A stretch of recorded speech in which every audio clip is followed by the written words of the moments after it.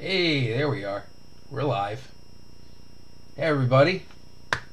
Friendly neighborhood DungeonMattster here.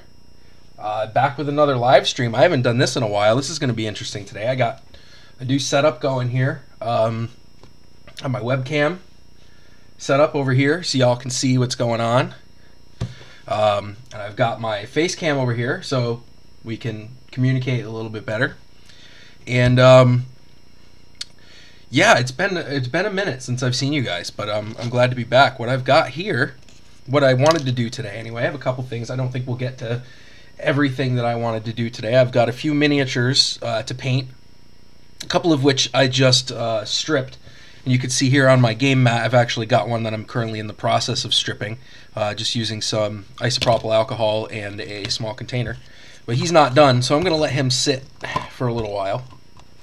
A certain model of a certain time-traveling doctor, and we'll save that one for later. But I've got a couple of them that I painted a lot earlier that I haven't done anything with yet, and I wanted to see if we could get them painted up and hang out for a little bit.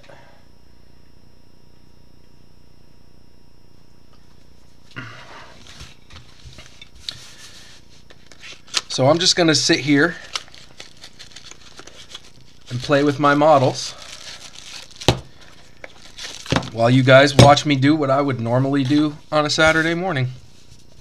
And the reason I'm doing it today instead of tomorrow, I would usually do this on a Sunday. The reason I'm doing it today is because I actually have to work tomorrow, which is unfortunate. Hello, welcome. Welcome to the stream of Doom, I guess. Today, let's see. All right, what are we working on?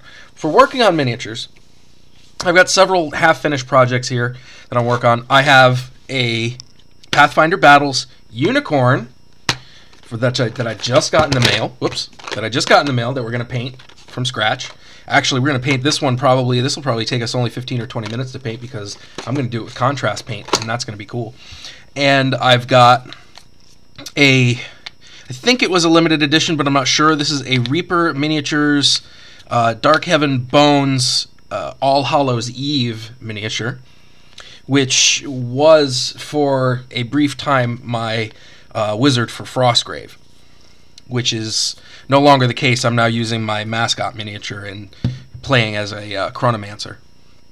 And here I have what was once upon a time my artificer miniature, who had just the absolute thickest coat of paint on him. You couldn't even see any of the detail, and I stripped him.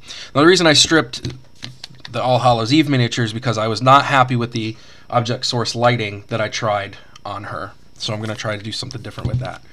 I have my milliput out, which I'm going to use to fill in some of the gaps on this guy. And while that's kind of setting up and getting happy, we'll work on the other stuff. We'll probably the doctor probably won't even be last. We'll probably work on this guy last if I even get that far. I'm planning on running the stream until 3 o'clock this afternoon, and hopefully that'll be enough time to do it now. The title says we're going to build a Hirst Arts thing. We're probably not going to get to that. I might do that next time if I do another stream. If this goes well, I might do another one soon. I just got these in the mail today, a brand new set of Army Painter brushes, which I'm thoroughly excited to try because I've never tried these very thick-handled brushes before, and they look very ergonomic, very comfortable, and I can't wait to give these a try.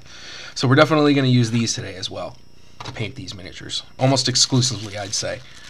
I've been using, lately, this Craft Smart number 4, which for some reason keeps a pretty good tip. I mean, maybe it's just brush care. Maybe I'm learning better brush care, but I haven't had any problems with that brush lately, and I've been using these too. And I'm not sponsored by these guys, but I wholeheartedly endorse this brand if you get a chance.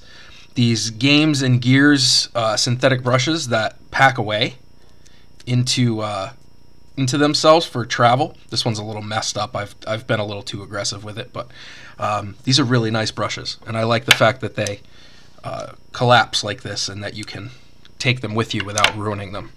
And each of the tips has a hole in it to let the pieces dry. So these are really cool brushes. I highly recommend checking them out. That's Games and Gears if you guys want to check those out.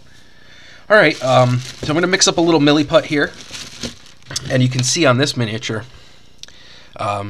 he's got two spots that I need to patch. The butt of the gun, there's a B from the casting process stuck on there. I don't know why that's on the butt of the gun.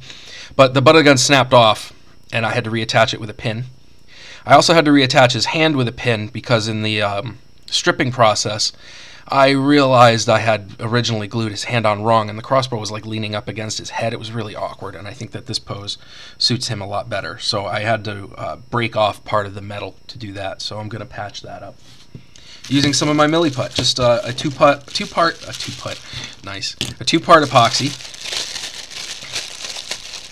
You've got the main epoxy, and then you've got the filler. Now, I don't need very much of this.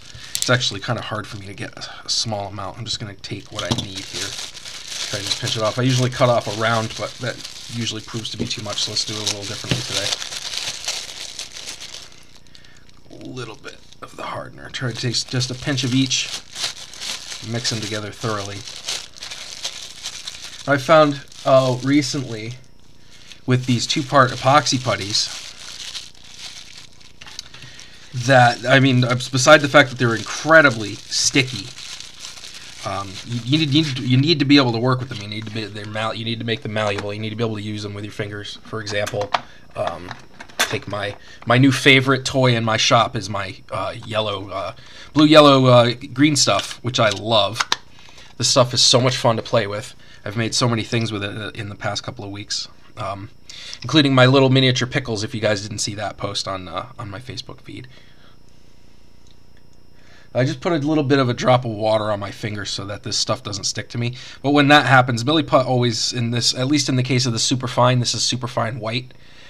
It leaves this white residue on my fingers, which I don't really care about. It's just like working with clay. I just wipe it off afterwards. I'm used to my fingers getting messy at this point anyway. I'm just going to mix it thoroughly. Might take a minute or two.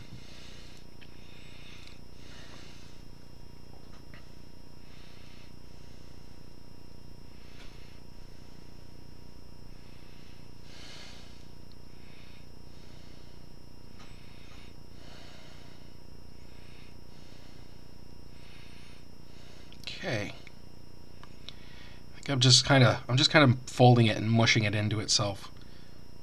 And that's just doing the trick. No need to do much more than that. And this stuff is really soft, but it's very sticky. It's already, once the water starts evaporating, it starts sticking to my fingers again.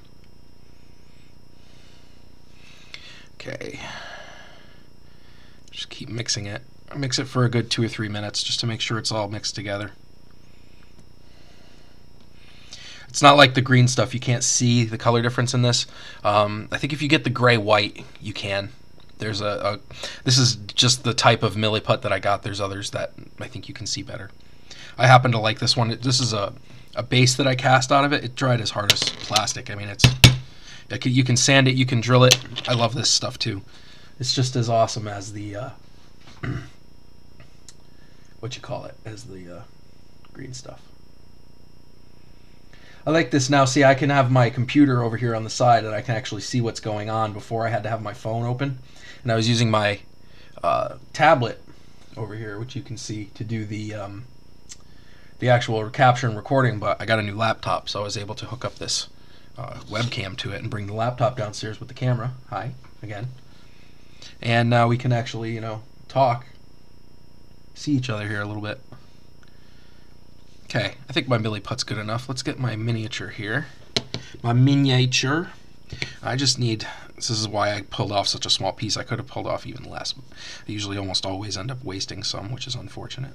I have yet to learn how to control my amount. I'm going to need some of my sculpting tools, I think. I just don't know which ones yet. I'm going to try to make a bead of stuff here to jab into that little area. I got a chiseled tip here that I'm going to dip in some water and try to just kind of work that in here. I'm not very good at this yet. I'm trying to make up the difference, what's missing here from his arm. I'm going to dab off the excess water. I might have to take away some of this putty with my finger.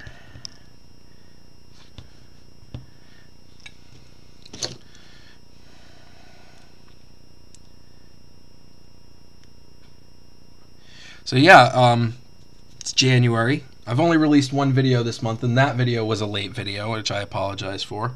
The channel's going through some changes. I've been doing a lot of thinking about stuff lately. You know, what's going to happen, what the future is going to be like. And I've made no definite plans yet. Nothing's set in stone. I've not committed specifically to any one model or anything that I'm going to switch to, but expect more live streams. Expect more videos. I'm not done making videos yet. Definitely expect more videos. They're just going to be fewer and farther between. I think I want to spend more time on them. I think I want the videos to have more substance to them than they've had of late. And I want to try to find my own voice, my own niche within our small subset of gaming and stuff like that. I'd like to express myself more than just being a carbon copy, or I feel like I'm a carbon copy sometimes of other channels. And while it's okay to use your influences, it's okay to be them early on. It's okay to emulate them. It's not okay to carry that with you into the future. You got to learn to do your own thing. Got to be yourself. Got to find that unique blend of what makes you you. So that's what I'm going to be working on. So to more experimentation with the YouTube and stuff like that. I'm excited still. Monetization and all that stuff I'm not sure of yet. I'm not sure how I want to do that. I'm not sure about any of that crap. I started off very much wanting to do this full time. Very much wanting to make money off of this early on.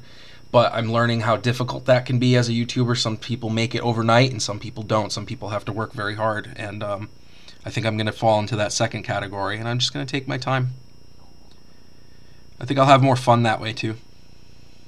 I won't get burnt out as easy if I get to choose a little better. I think, honestly, I don't regret starting a Patreon, but I think it was too soon in my YouTubing to start a Patreon. I'm not sure if that's the direction I want to go in yet. Like I said, nothing's final, so I'm not sure about that yet. I'm just working this milliput into the hand the best I can. I'm going to end up losing some of this detail, I know, because I'm no sculptor, but I'm hoping I can fake it enough to where you won't notice that I did something there.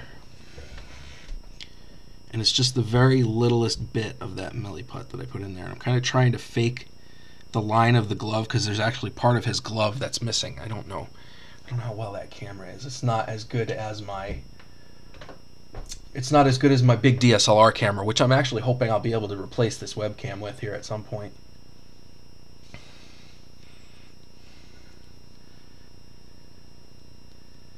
But this stuff is so soft, it takes very little effort to move it around. Unlike the green stuff, I can't use the water to smooth it as much. It behaves a little differently in that regard. There we go. I think I got it to where I want it. Kind of create a fake fold that looks like his sleeves pulled back, and the fact that he has that gigantic metal gauntlet on his hand. Okay, now I got to plug up the seam here on the rifle, or the crossbow. I'm sorry, excuse me. Feel free to leave to comment, guys, in the chat if you have any questions or anything like that.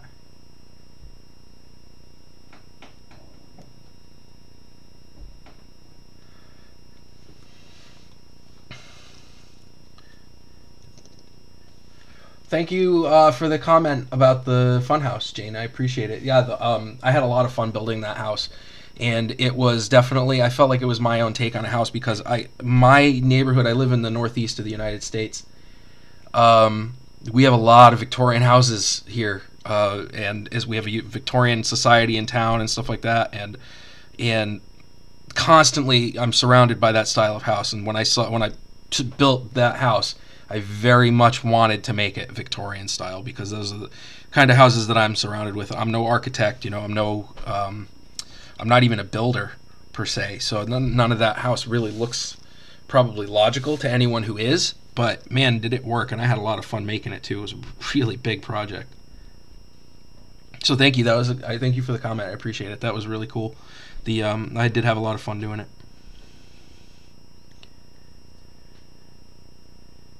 Now I'm just going to work this milliput around that seam. Hiding the crimes, so they say.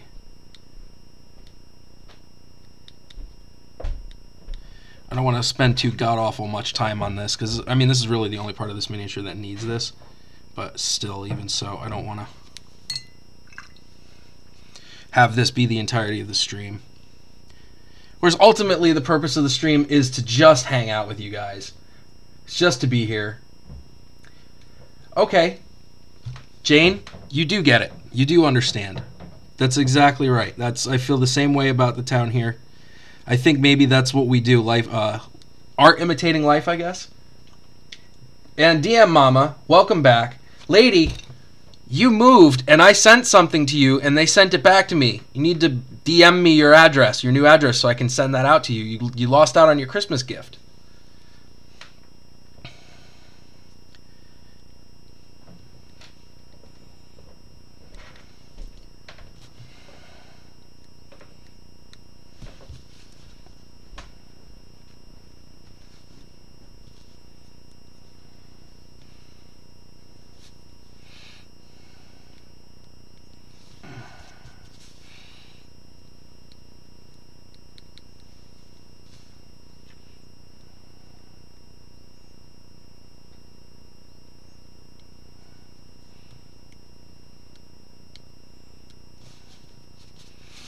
Okay, I think we're just about done blending that in.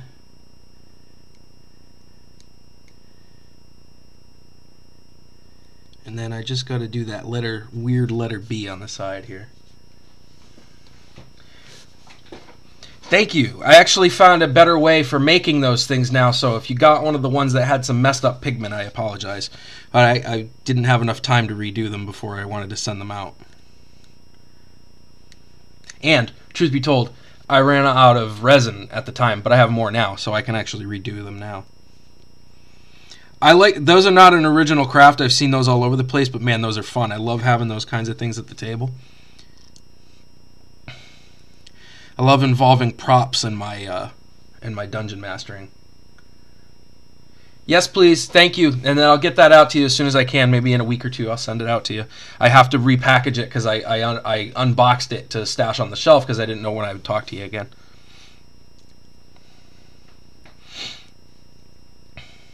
Okay.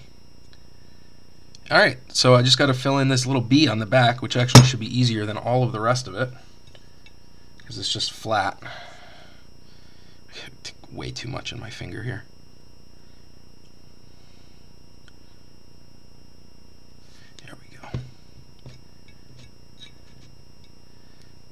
Ah! No! See how it turns my fingers white? Unbelievable. Okay.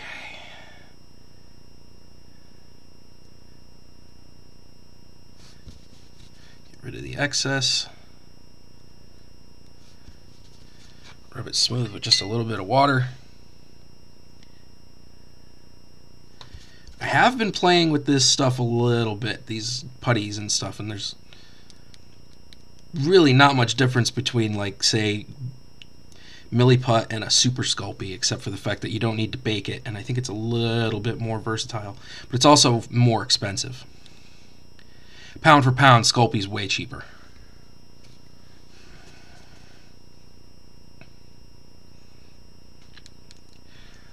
How many of you guys watched The Witcher? Did you guys see that yet? What did you think of that show?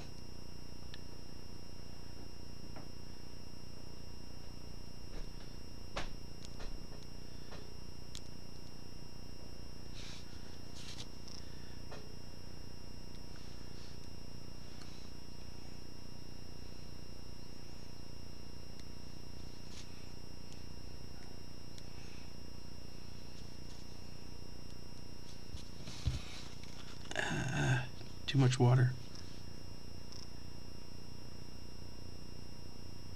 Right? Okay, somebody else saw that too. Yennefer is way young. I thought her transformation was fantastic, though. I really liked that. I was very skeptical of Henry Cavill. Okay, I won't spoil it. I'm not going to give away any plot points. But I will say this. I was skeptical of Henry Cavill being Geralt because like everybody else on the internet, I had a fantasy of Mads Mikkelsen playing because I thought he was better, but I think Henry Cavill nailed it. I think he got it perfect.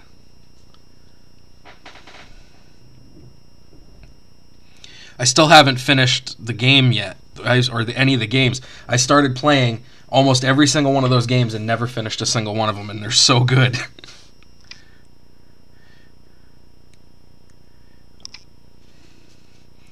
I got like 16 to 20 hours into Wild Hunt, and that was it. That's as far as I got. And then in the first one, I think I played for like a few hours. Alright.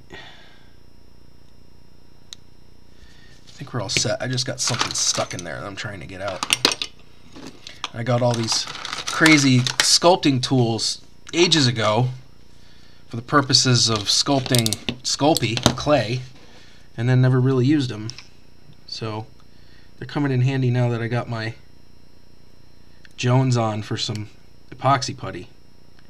I may have created a painting snafu here by placing that rifle where I did, or I keep calling it a rifle, by placing the stock of this crossbow where I did, but c'est la vie. Alright, so are we going to fix that B or what? What's going on here? Okay.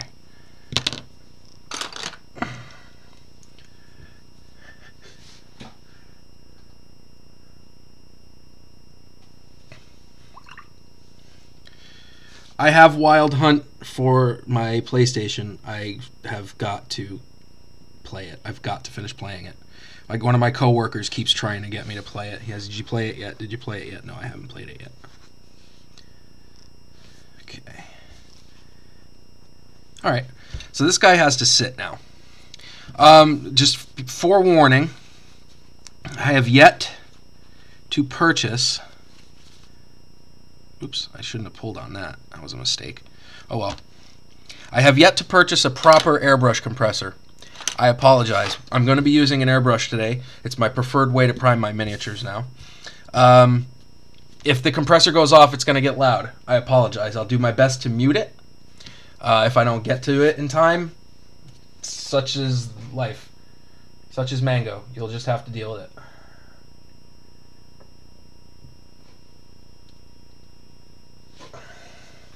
Now, I'm going to use my favorite primer. Vallejo Surface Primer. Perfect stuff because you can use it with a brush. And you can use it with an airbrush. And I got my chintzy little $30 Amazon airbrush here. I love this thing. I just need to unclamp this because I have it in a bad spot. I'm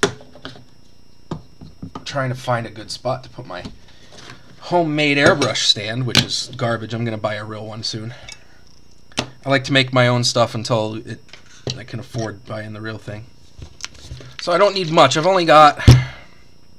Well, I've got 3 miniatures to prime, but I'm only going to prime 2 of them. Actually, let me see if this guy's ready yet. He might be ready to do a little bit of final cleaning. I don't need to clean him up 100%. I need a glove.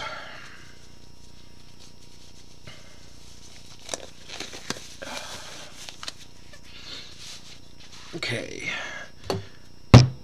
Need to ingest some fuel. Alright. Got our little Doctor Who wannabe here. These are metal miniatures, so I don't mind using a brush. I haven't tried to strip plastic yet.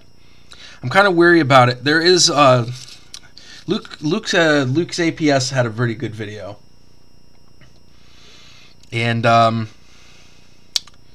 when I watched that, it used a specific chemical to strip them, and I think he was using 99% isopropyl, but I don't. He might have had another video where he was using something specific, like some kind of cleaner, like green stuff or something. I don't know, but I actually think that this guy might be good enough because most of the garbage is in the crevices here, which was the case with the Witch Mini, which took me over 2 hours to clean up because of all the little crevices and stuff. And I've got this mechanics tool here, kind of a poker slash scraper. Looks almost like a dental pick, but it's not. To scrape out the fine stuff, the fine detail stuff here. I try not to go too hard because this metal does scratch easily. Are you playing any tabletop RPGs now? If so, which story campaign? I am kind of. I'm still playing 5th edition. But I'm not playing a story campaign as of yet. I am in talks with a couple of my friends to start up a new campaign. Actually, wait a minute. That's not true. No, I do play once a month in a friends game. I'm not a dungeon master. And we're running Temple of Elemental Evil, but it's a once a month thing, and it's kind of it's really stretched out. It's the longest I usually wait to play a game. I actually have a hard time following the storyline in that game, but that's just my inattentiveness and predilection to distractibility. So I guess the answer is yes, 5th edition, and I'm playing Temple of Elemental Evil. But like I said, I'm also working on a new campaign for a couple of friends of mine, looking to run a small group with just a couple of really close people, and maybe have, guest stars once in a while. Have friends drop in that want to stop and play, and make it kind of episodic in nature, like the old Xena shows and Hercules and stuff like that, the old serialized television show, Briscoe County, all those 90s TV shows that I really loved.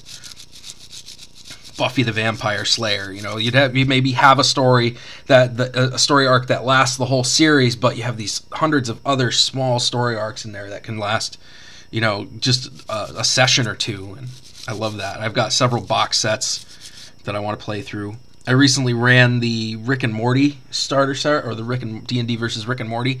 We didn't make it very far because there was alcohol involved, but everybody had a pretty good time. I am a gigantic Buffy nerd. I've watched the series like 4 or 5 times. I love that show, and I wholeheartedly support them bringing the show back as long as Joss Whedon is involved in some way.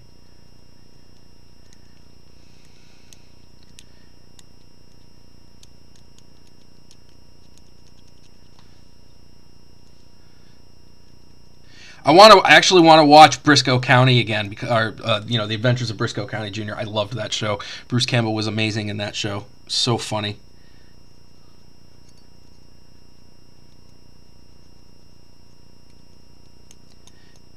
Okay. I think we're just about done. I don't think I need to be doing what I'm doing right now. I think I'm just wasting time. Like I said, he didn't have much going on there anyway.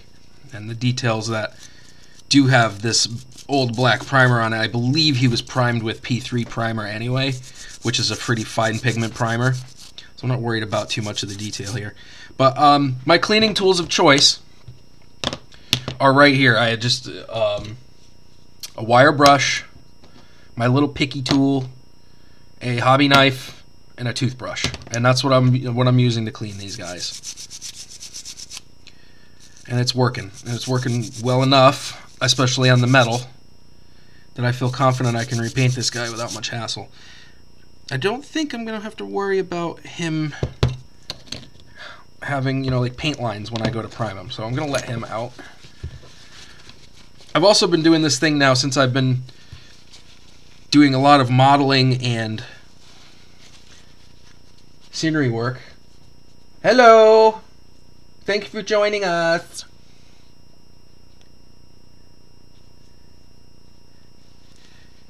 Everybody say hi to my dad. Hello, Dad.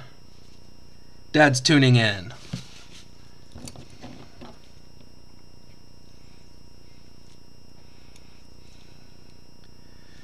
Oh, we got some stuff I want to get rid of.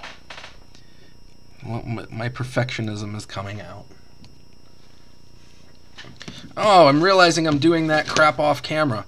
I have a tendency to pull in towards myself when I start painting. I might have to move the camera when we actually start painting so that you guys can see. I keep forgetting sometimes that I have an audience and I'm just doing my hobby, which is nice, I guess.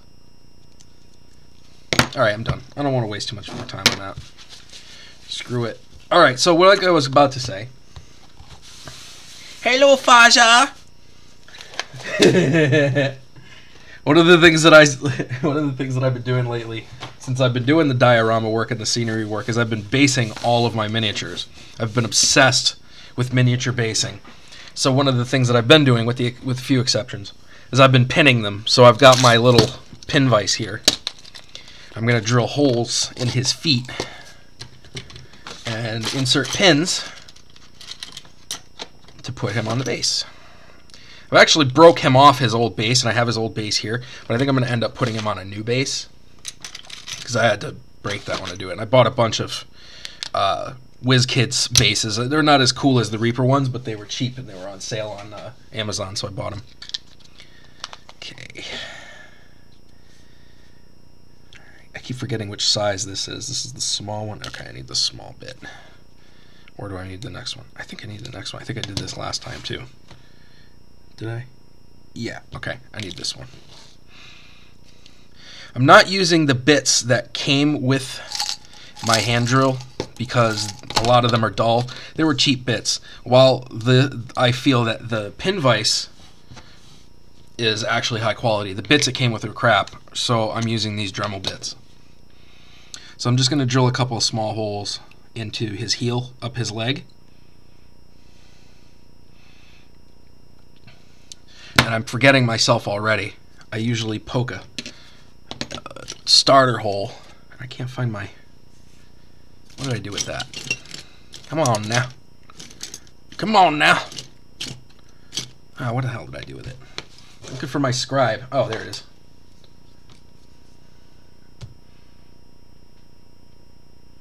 Hello, Lala. And there's my mother. I got the whole family watching. Hi, everybody. Everybody say hi to my mom. And here is my scribe. I'm going to use that to start my hole. Okay.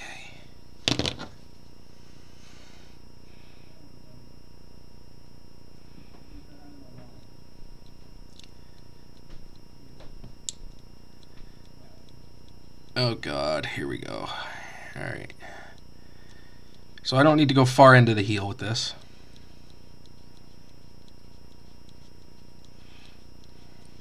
I have learned a lot about miniature painting in the last month. I'm getting a lot of my muscle memory back from when I quit painting miniatures a few years ago. And I had only just been starting then, so getting back into the hobby anyway. I really loved doing this. I used to paint them for the people in my D&D group. And they'd bring miniatures in. It was good practice. I had a lot of fun doing that.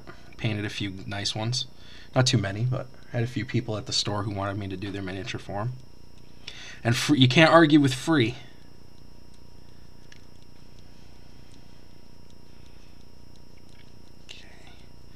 I mean, I'm only going in about 1/8 of an inch, if that. I don't need much. It's just something for the super glue to hold on to. And I want to try not to bust through the side of his foot, which I'm coming dangerously close to doing on this one for some reason.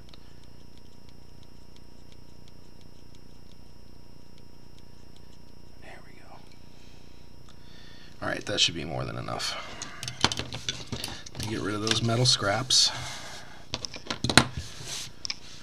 It's a very soft metal, like I said, so it's not too terrible. Now, I need my super glue, my favorite super glue. I'm glad I spent, this was a $15 bottle of super glue, but it's easily, it says 2 ounces, it's easily the volume of 2 of the Gorilla super glues anyway, so it's worth it. Plus, it sticks to these things better. It sticks better and quicker than that super glue, I think, and I like the applicator a lot better. I'm just going to use my clippers here. I need some new clippers. These things are shot. To cut off some pins, and I'm going to cut them a little longer than what I actually need. 1. And then I'll clip off the excess later, because I need to be able to put him on a cork to paint him.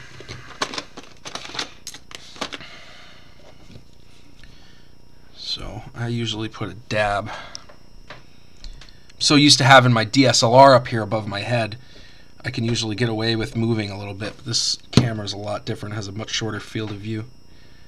I'll stick those in. Oops, if they stop sticking to my fingers first, because I still have milliput on my fingers.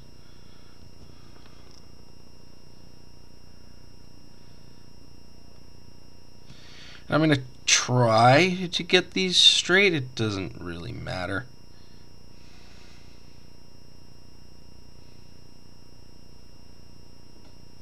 Try not to let my stupid fingers get stuck to the damn things. Oh, see, there we go. Now the trouble's starting. Now it's gonna start sticking. Ah!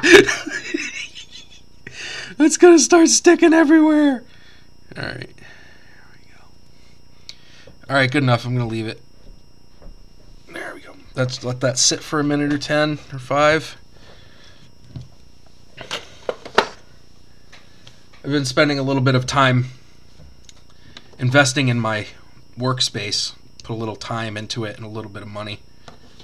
A little bit of elbow grease.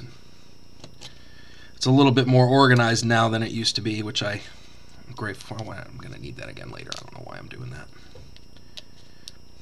Get at least one miniature done for you guys today, so I don't waste anybody's time.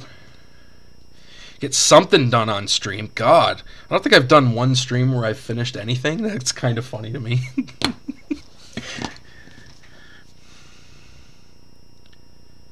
Alright, that guy needs to sit. Those need to dry.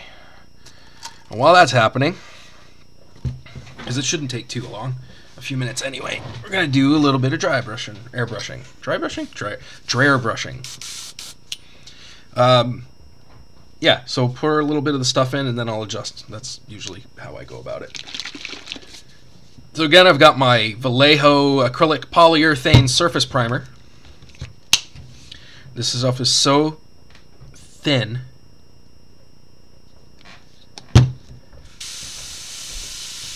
Comes out so nice from this airbrush, this cheap airbrush. As long as I don't let it splatter like I just did, it'll be fine. Oh, I need a glove. I don't like to paint my hand. I want to try to keep my hand clean today. Well, my acrylic paints come off pretty easy. Primer doesn't really like to.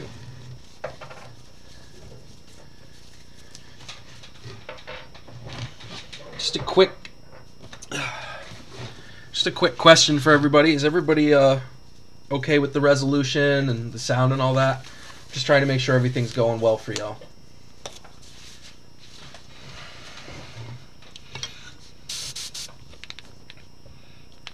Alright, so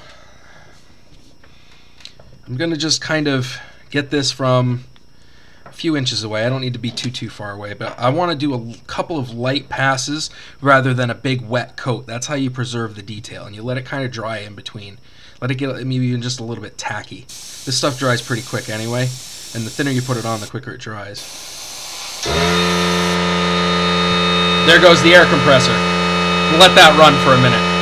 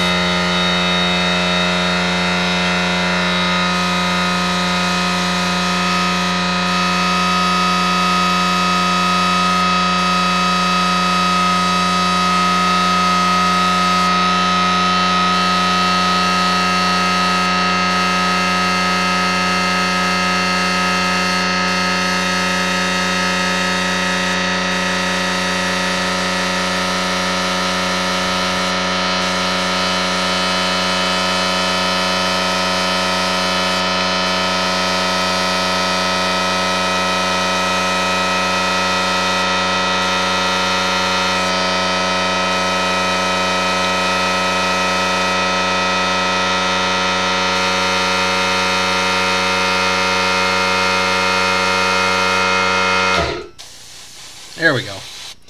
Yeah, sorry, that was loud and annoying.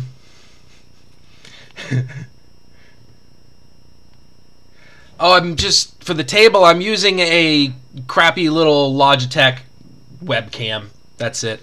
I would normally have my DSLR hooked up for when I do my normal videos, but I still haven't figured out how to hook that up to the computer to use it like a webcam. I know people do it. I think there's another piece of software I need. I think it's called like Cam Switch or something like that. But I also don't have a wire to hook it up either, so I have that issue as well. So I have to get one of those.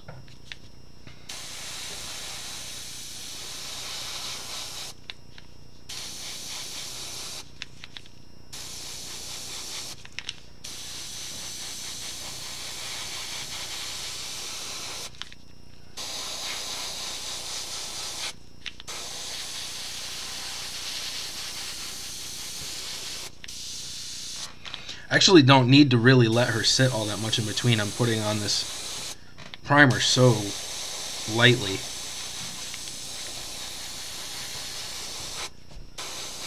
Just want to make sure those dark areas that are going to be dark are going to stay dark.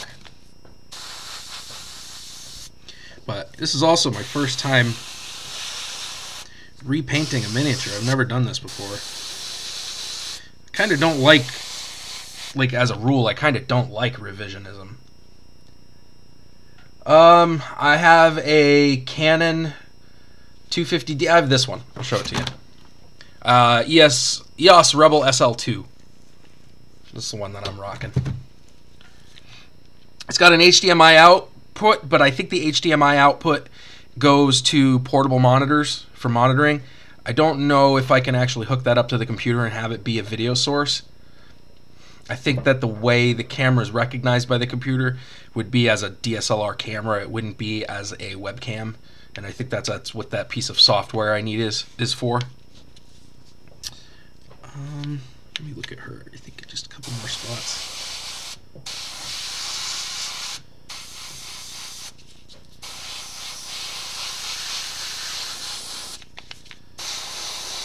All right, she's all set.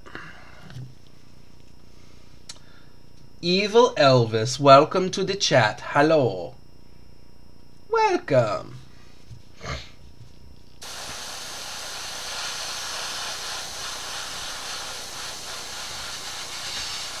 Those of you just tuning in, welcome. I am your friendly neighborhood dungeon master, and we are painting some miniatures today. Very unlikely we'll get to the other thing, which was that I wanted to do the, Hirst Arts thing that I have planned, but that's kind of a big deal, and that's going to have to be a thing all its own. I don't think I can mush that in with this, unless we just get so tired of painting miniatures, but I think this will take us easily till the planned 3 o'clock. Right, yes, see the HDMI input, that's the other issue that I had. I'd have to go, since I'm running a Mac, and a newer Mac, I have to go from HDMI to USB-C, and even with my dongle that connects to it, again, you're right, it is an output. It's not going to work, so I need to make my computer believe that my DSLR camera is a webcam. It can be done. I know it can be done. I've just got to figure it out. Until then, you get this crappy little 720p thing that I've got here. And at that, only when I'm not doing a full-fledged video. Oh, I went a little too heavy on this guy. I gotta let him sit for a minute. I don't want it to cake on.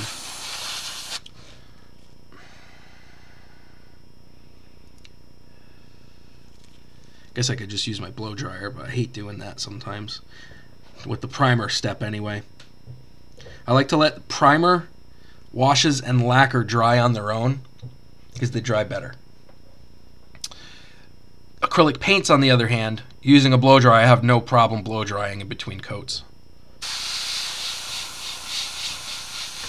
Actually, that's not true about the lacquer. I blow dry the lacquer too, but only if I don't put it on thickly. If you put it on thickly, I somehow end up with shiny puddles.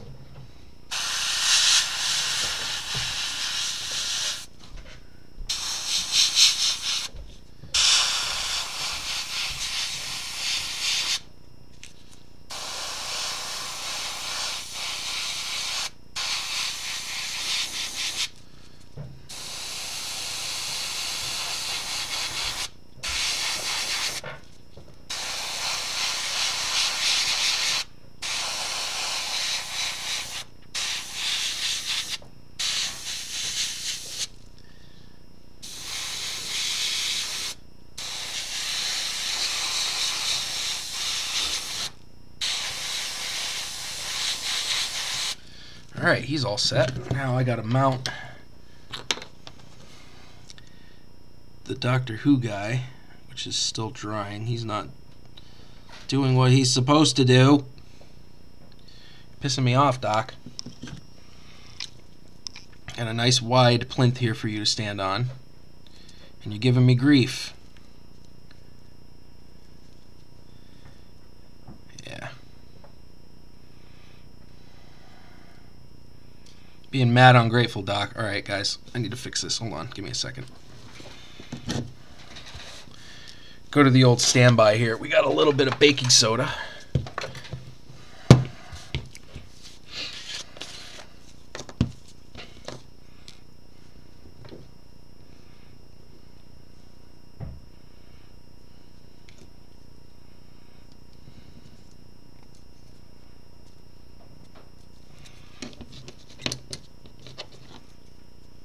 Elgarto Camling. Okay, I'll keep that in mind. I'll look that one up. I gotta get the wire first. It's on my it's in my shopping cart. I'm gonna get it when I can. But I also don't know how many of these live streams I'm gonna do. I mean, I said earlier I want to do more, but I don't know. I don't know how much I want to invest in that particular portion of my online stuff. I'm going to use the old baking soda and super glue trick to hopefully make this guy a little bit less resistant to drying. I'm just going to insert my, if I can grab the damn things, insert my pegs again.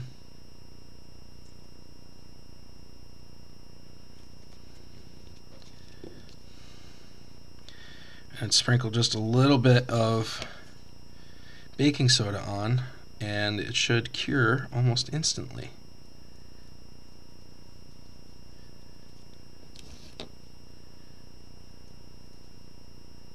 Yep.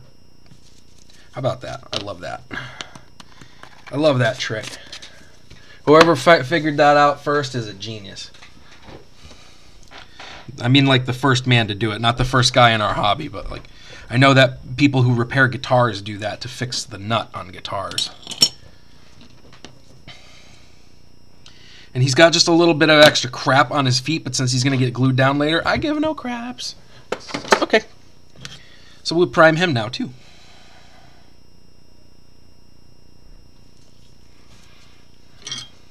And we got a Doctor Who miniature. I love this guy. He was perfect for my Artificer.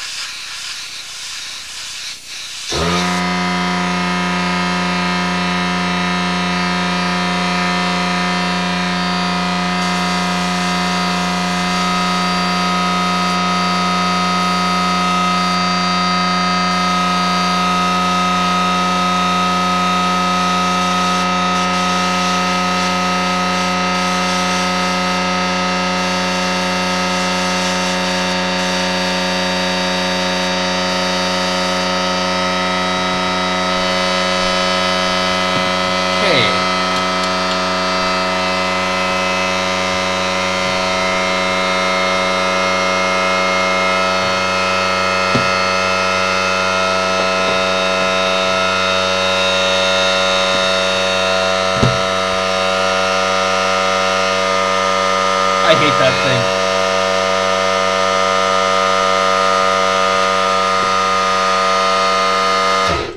I'm so getting a new one of those. God, that thing is unbelievably loud. Sorry about that, folks.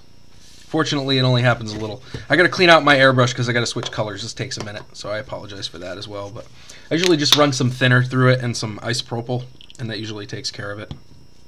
And I just back flush it, hold the finger on it, do that, and dump it out. Switch back. Oh, that was way too much alcohol. Why did I take the cover all the way off?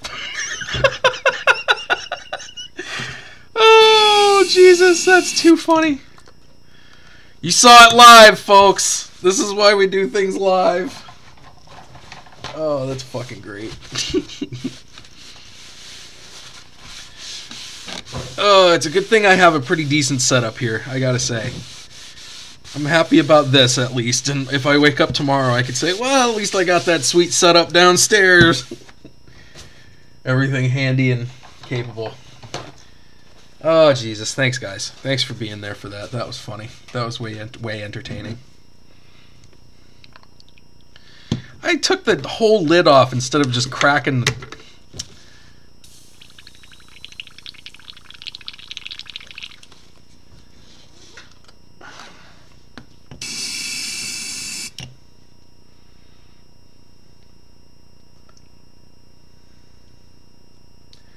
Ooh, is that true? I can use the Canon software and connect an external piece of software to the Canon software? That works?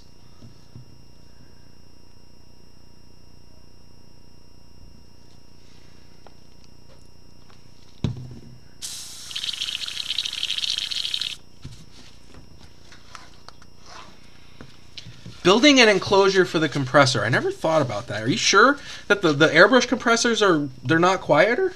I could have sworn that they were. Like they had, you know, I mean this one's single piston too, but they're specifically designed for that kind of thing. They're all noisy like that. I mean, I don't know. I've never. Okay. I'm using OBS Studio to broadcast right now. That would be easy as capturing the source. I could just capture the window. Duh. As long as the connection between the computer and the camera is decent, that's totally an idea. Because there's actually Canon software for my Mac that I have on here. Huh.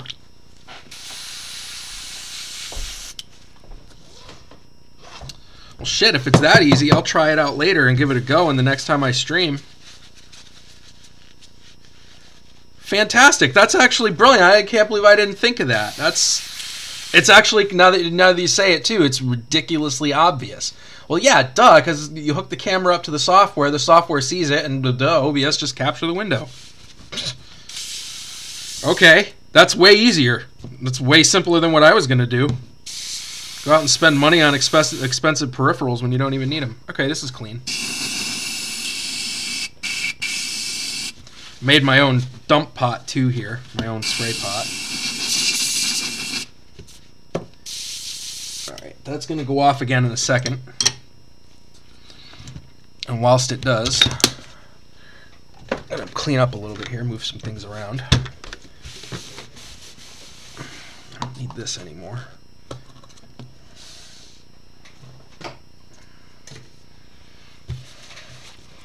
Alright. Now, this is actually one of my favorite steps. There's two steps I really love in miniature building, and that's doing the zenithal highlight, which I'm going to do right now. Excuse me, sorry, I just ate a big breakfast before I started this. Zenithal highlight, and then doing the washes. Putting washes on is very satisfying. Makes a miniature really come together. Back to the compressor noise thing. Yeah, I honestly did not know that a airbrush compressor made as much noise as a regular construction compressor. Because if that's the case, then it's way more worth it to build the enclosure, because this compressor was only like $60. Oh, we got some dried pigment around the side here, which I'm going to try not to get in my dropper, because I spilled this container once upon a time. I'm going to put several drops of white in here.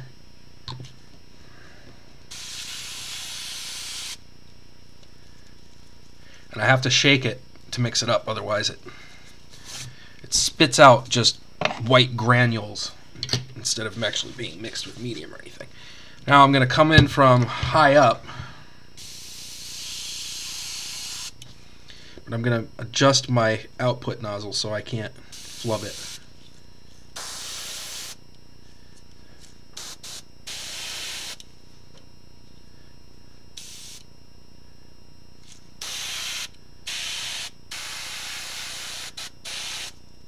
Turn down the air pressure slightly. I'm looking for a good flow. There we go. And I'll just spray her from above. to bring out the highlights. And I could have done an intermediate gray, which I'm thinking I should have done now, but it's alright. And I'll just go until she's nice and light. Spraying her from above, and only above. Maybe a tiny bit from the edges, but only just a little, just to capture some more of that detail.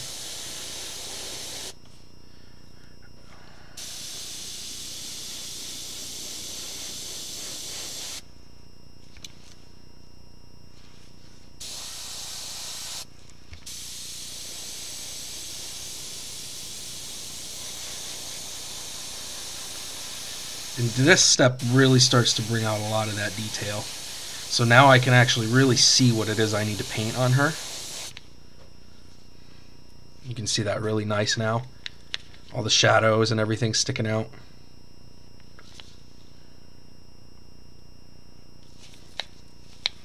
Pretty cool, eh?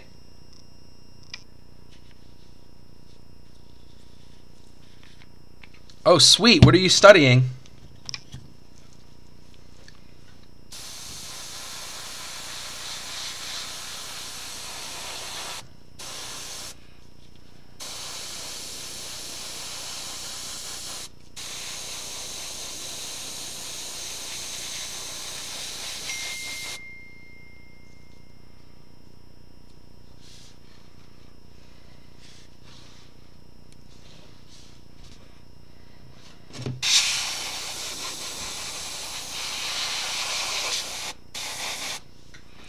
Alright, I've received a little bit of a complaint here. There's something I'm going to take care of real quick. I'm going to fix something real quick.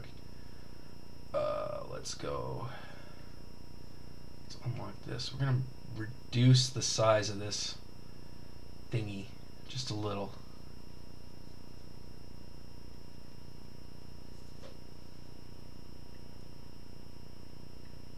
Come on now.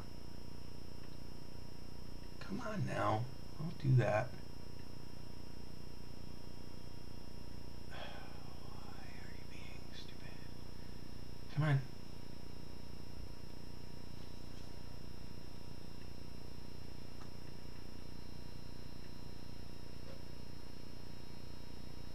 Alright, we're just going to do this. Just move it out of the way. I'll figure it out later. It seems I've been blocking a lot of the action of what's going on. So I'm moving that picture box out of the way a little bit so I can get a little bit more of the center of the screen.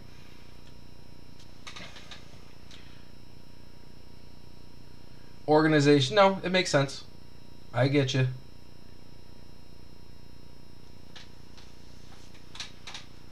Alright.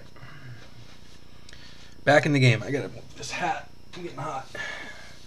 It's cold in the basement, but I'm hot. Don't ask. Alright, and one more guy to zenithally prime.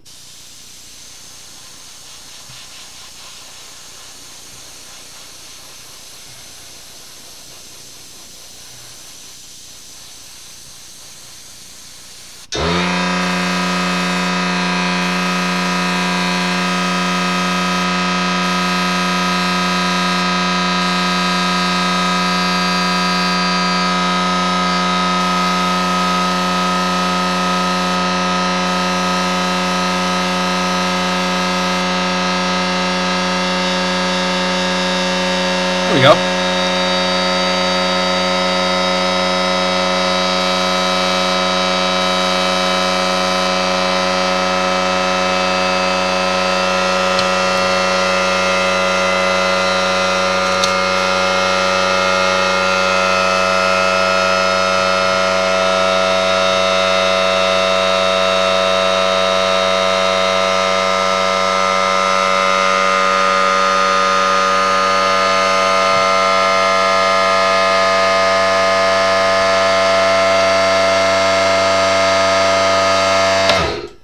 Wanted to reclaim some of that ink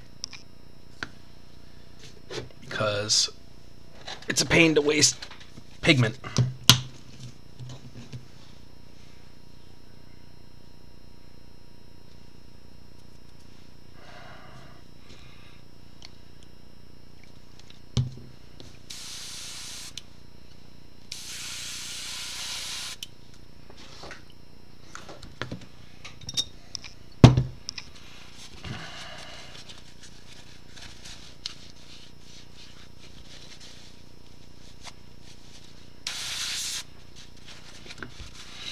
And the reason I bounce back and forth between the thinner and the isopropyl alcohols is sometimes the alcohol doesn't break up the pigment if it gets dried inside, so we are working with air here, but the isopropyl doesn't, but the paint thinner does, the airbrush thinner. But the reason I actually split it, more to the point, the reason I actually split it is because it's cheaper to use the alcohol than it is to use the airbrush thinner. So if I split it between the two, I'm using half the amount.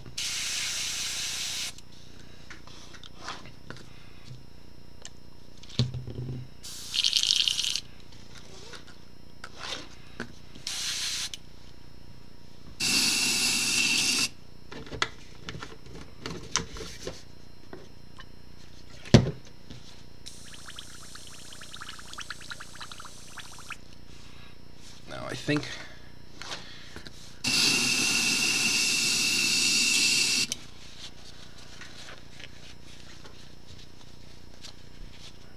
good Lord, still a whole bunch in there.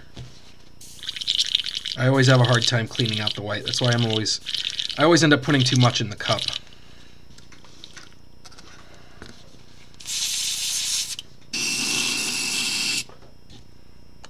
Okay, that should be good enough.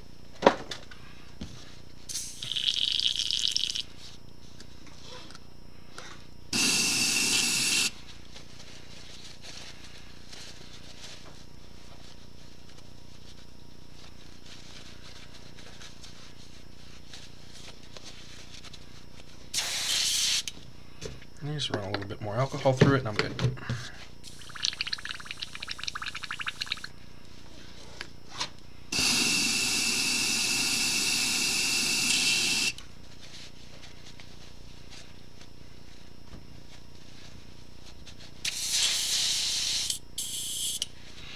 I'm actually excited to go play D&D later today because I haven't played a fighter almost ever, which is ironic because I love to play frontline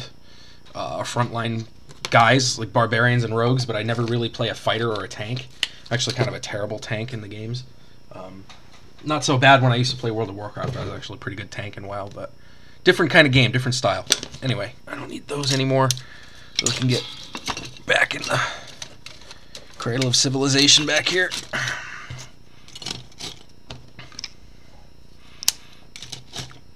Make my space a little bit more organized, then I can get a little bit more focused. Now, I tried using a wet palette before. I have used it. I kind of liked it. However, I think I do a better job controlling the thinning of the paints myself using my own water sources. And I just use paint water now. I just use the water right out of the well to thin the paints. I don't even bother to use distilled water unless I'm using white paint. I don't even use clean water. It doesn't even make a difference. I think there's a lot of hype sometimes around miniature stuff concerning products that people are trying to sell you, and I gotta be honest, sometimes I don't think they're necessary. I think people win awards painting miniatures using craft brushes, like Sam Lenz. He's a crystal brush winner. He uses his own selection of brushes. I'm not saying he doesn't use fancy, expensive brushes sometimes, but he says he uses Walmart brushes he gets from Walmart. So we've got 3 different brushes here. We've got the Regiment brush, which is, as far as I can tell, the main base coating brush, and my God, that brush feels comfortable in my hand. I love that shape. We have a dry brush, small dry brush, which actually looks really nice. Nice synthetic. And what they call an insane detail brush, which looks like a really nice, tiny detail brush. Now, the only question is, okay, actually I have 4 miniatures. One I didn't show you because I already have him primed, and it's a WizKids Helmed Horror that I was going to paint for a friend. He's actually already based and ready to go. So we've got 4 miniatures here. We've got Helmed Horror. We've got All Hallows Eve. We've got crazy chrono time travel crossbow guy with goggles. We call him a steampunk guy. And we've got a Doctor Who miniature. Take care, Jane. Good luck with your finals. Which one do you guys want to see painted? Let me know. And I'm going to take a quick 5-minute pause to go to the bathroom, refresh my drink, and I'll be back. And in the meantime, enjoy some music. Hopefully this works. I don't know if this is going to be good or not for you guys, but I sure as hell think it's funny. So I'll be right back. I'm going to take a 5-minute break. And you guys pick which miniature I'm going to paint. When we get back, we'll get started.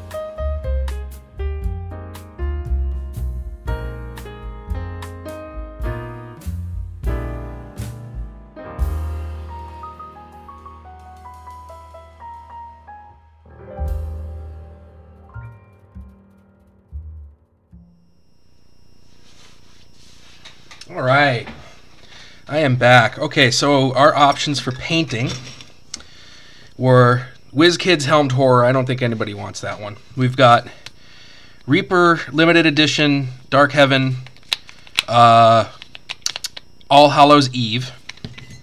We've got Crazy Time Travel Chronoscape Guy with goggles and stuff, trench coat, and we've got The Doctor. Those are our options for painting. We have one vote, I believe, for All Hallows Eve so far.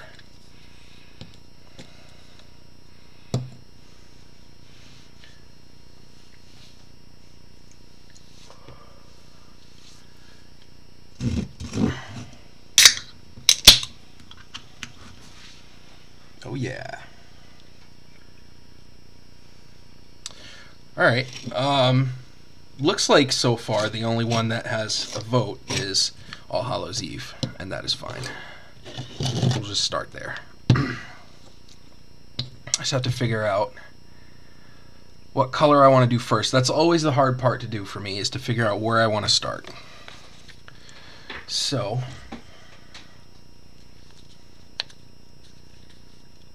at least you guys got a decent view here. So we have, okay, so we have one for the time travel dude. All right, one for time travel dude. Let's put them all next to each other here. We've got, in the middle, All Hallows Eve. On the left, the Doctor. And on the right, we've got the steampunk time travel guy. We got one vote for All Hallows Eve and one vote for Crazy Time Traveler guy. So we need another vote. So we got the Helmed Horror, which I put away, but yes, we have the Helmed Horror as well, WizKids Helmed Horror, who looks pretty cool, by the way.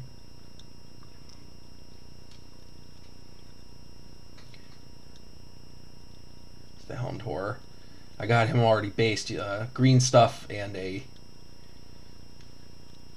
what you call it, green stuff and a Green Stuff World texture roller, which came out okay. I like those for bases.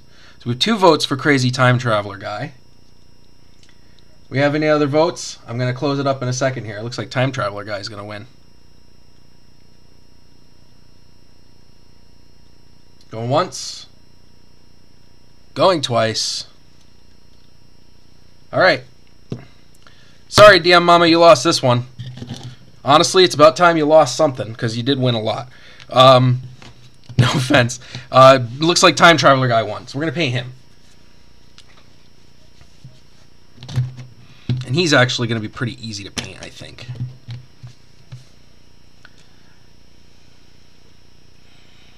Lots of browns, lots of, I think I'm going to do his coat blue. Or not his coat, but his shirt blue. I'm going to do his coat a nice brown. Get that nice brown trench coat thing going.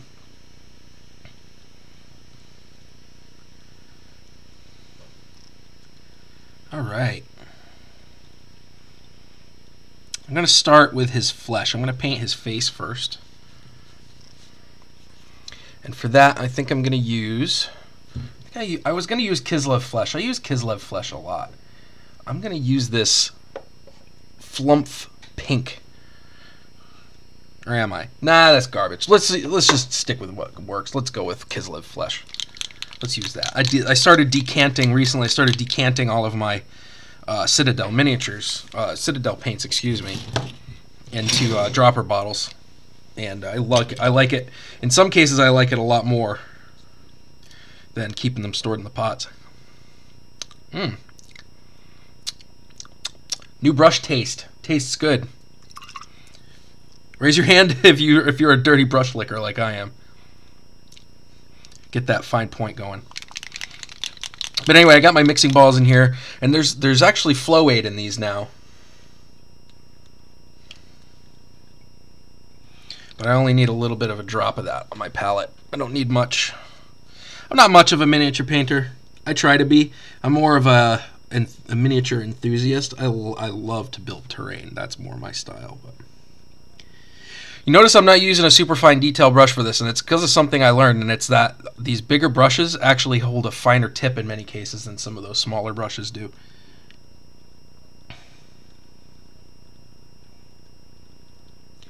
And he's got a collar here, so I'm going to try to avoid painting the collar, the flesh tone.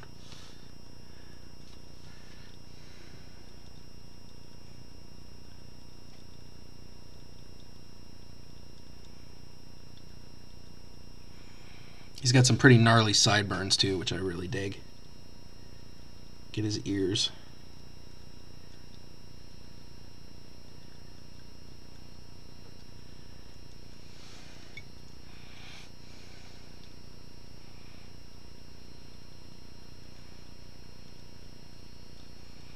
He's already coming out better than he was.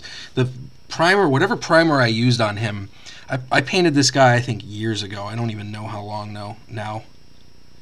I want to say at least 5 years ago, at minimum, because he had a regular gray, like a regular gray, what do you call it, Rust-Oleum primer on him that completely eliminated the detail, but I didn't really know what I was doing with him, so.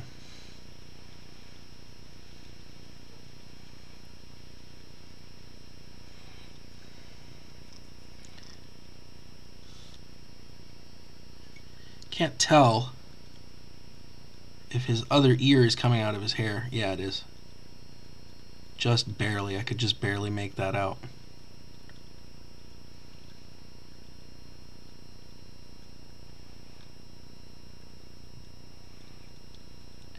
Wow, I really like this brush. It's keeping such a tip.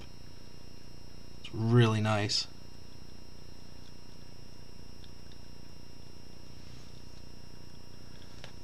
See if I could get that up here for you guys to see him better.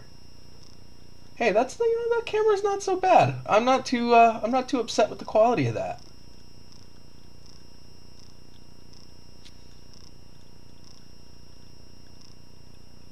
Keeps wanting to refocus itself, but that's not terrible.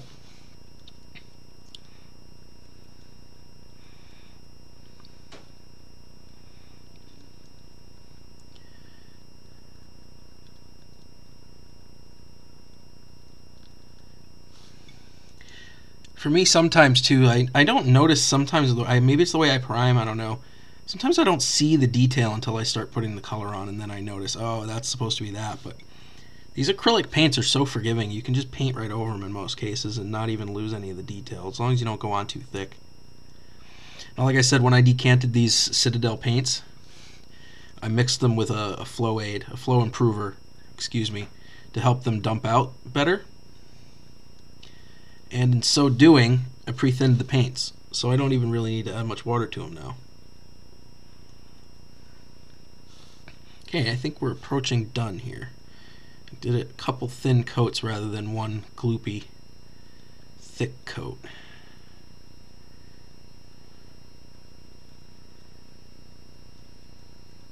And his badass sideburns. I love his sideburns.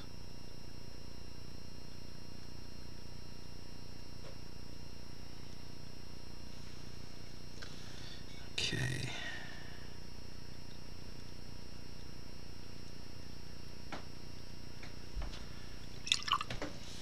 Another thing that I have learned recently about doing my brushes is I no longer squish my brushes in them, and I can't believe I ever did this. Looking at it now, I smack my head. The nice Citadel brushes that I used to have, I did this to them all the time. Smush them in the bottom of my water pot to try to clean the pigment out of the brush, and they'd always get the pigment stuck in the ferrule up here near the end of the brush, and I'm wondering why my brushes ended up sucking. And then I just swish it around in the water and then drag it across my, in this case, my paper towel. And now I'm going to cheat. Blow dryer.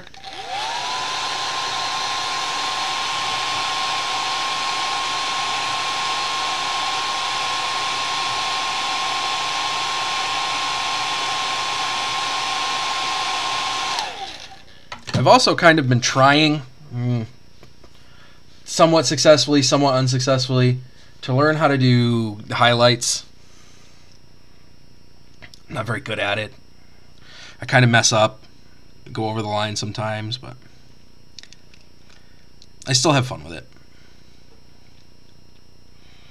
Alright, next, I think we're going to do his pants. I'm going to do his pants. I've got this nice color from Formula P3 that I got a while ago called Gray Coat Gray. We're going to use that for his pants. Actually, maybe I should use that for his shirt. Yes, actually, we will use Gray Coat Gray for his shirt because it looks cooler. And we'll use these two colors. I have Crixbane Base and Crixbane Highlight. We'll use these for his pants. So it'll be a little bit gray for the pants and then a gray-blue for the shirt. That's what we'll do. My color schemes. I don't think there's any rhyme or reason to how I pick my colors for things. I just do it. Crixbane Base is like a green-gray. And I'm just going to take a little bit of water on my brush to thin that out.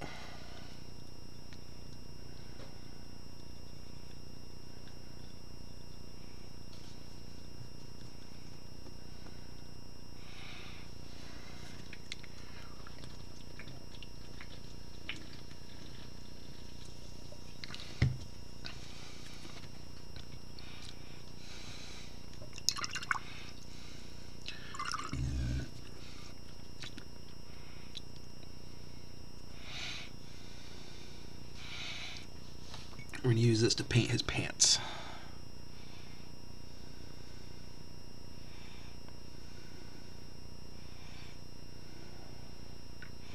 Oh yeah, that's a nice color. I like that color already.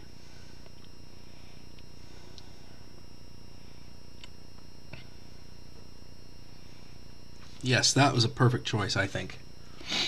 Nice color for pants. Like I said, I've been investing a little bit in my workspace, and one of the things I've been investing in is paints. When I'm watching tutorials online and I see people painting things and they use a certain color that I like, I pretty much go right over to Amazon and add it to my shopping cart right away so I don't forget about it. And I have a massive, massive list of paints that I want to buy, different pigments and colors and by different companies. And I just recently started using these Formula P3 paints. I've used their primer before, but I've never used their paint, and I gotta say I like these almost as much, if not better, than Citadel paints, and I would buy almost exclusively P3 if I didn't already have some Citadel. I'd replace all my colors with this, but maybe when they run out.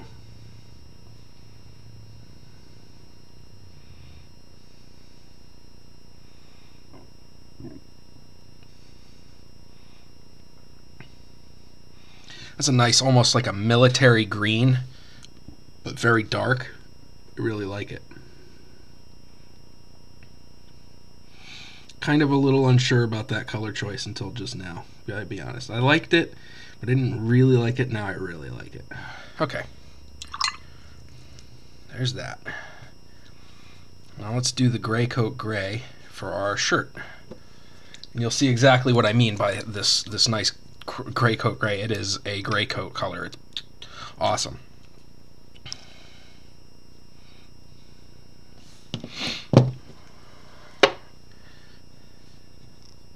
I've got a nice earth brown that I want to use too on this model, I think. I learned another trick online too to get the tip back on your brush. You can just bang it on your finger like that and it returns the tip to the brush. I don't know how useful that is because putting it in your mouth does the same thing, but if you don't want to put it in your mouth, you can do that too. Bang it on your finger and that'll give you back your point.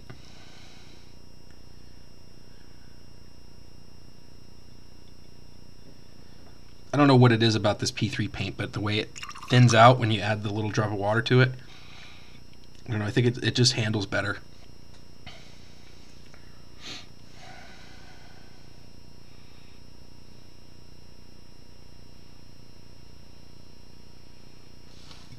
Well, maybe this was a wrong color choice. I don't know. This one might be too dark. We'll find out.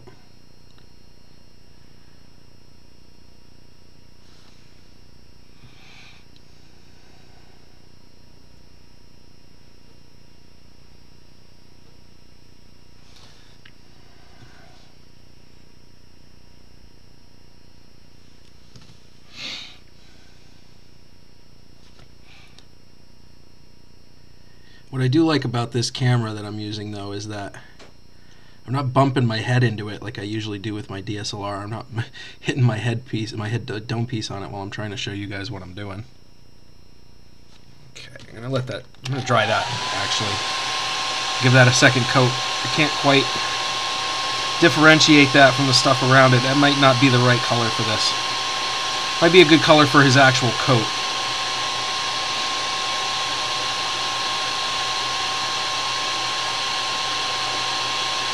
Although I was kind of set on doing his coat nice leather brown, but I don't know. I might use the snakebite leather contrast paint for that, because that's pretty nice. No, I think this will be alright. Once I highlight those buttons, it'll be alright. I might even give it a wash.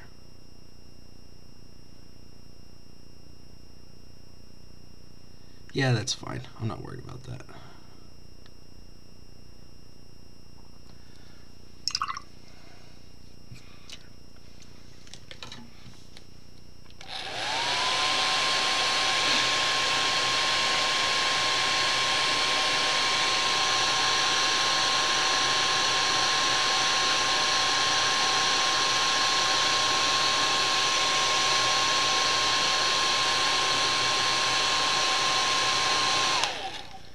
I think you have to put yourself into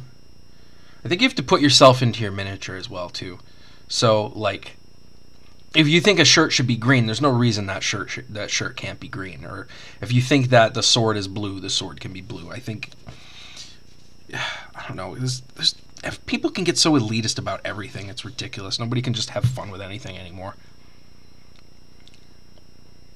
You got to do it a certain way, and it's just, no, you don't. You don't have to do it a certain way. I'm going to stick with that. I'm going to leave that that shirt color. I think that's fine. I can give it a little bit of a highlight after, a little bit of edge highlighting around where the jacket buttons up and stuff. Go away, phone. Nobody asked you. Alright. Next I'm going to do his boots. And I'm going to start those. What do I got here? What are you? Yes. We're going to use Guncore Brown for his boots. It's a nice medium brown color. And I got another brown that I'm going to highlight with.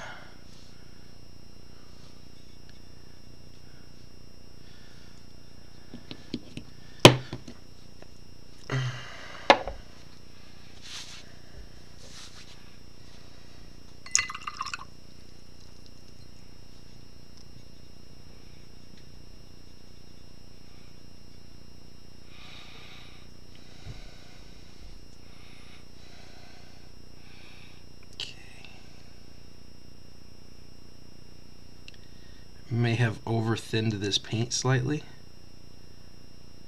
but that's alright. We'll just do 2 light coats.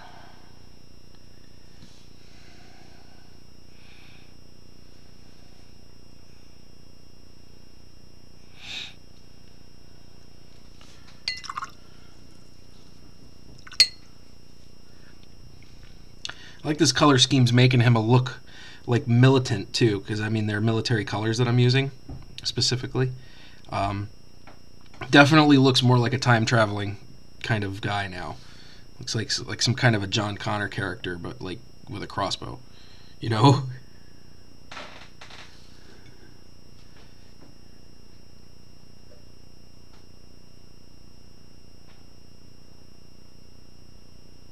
Yeah, I definitely thinned that down a little much, but try it and hit it again.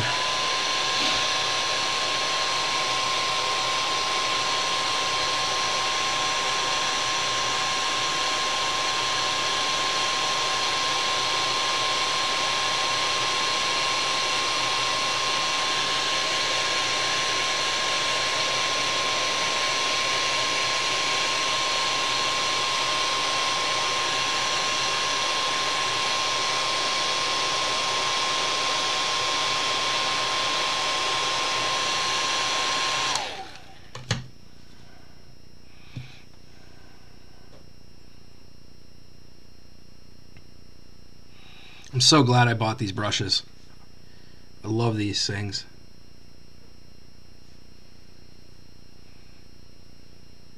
They're better than the starter brushes that I got ages ago when I first started getting back into painting. I got the Nolzur's Marvelous Brush Set or whatever, and they're okay, but they didn't last me very long.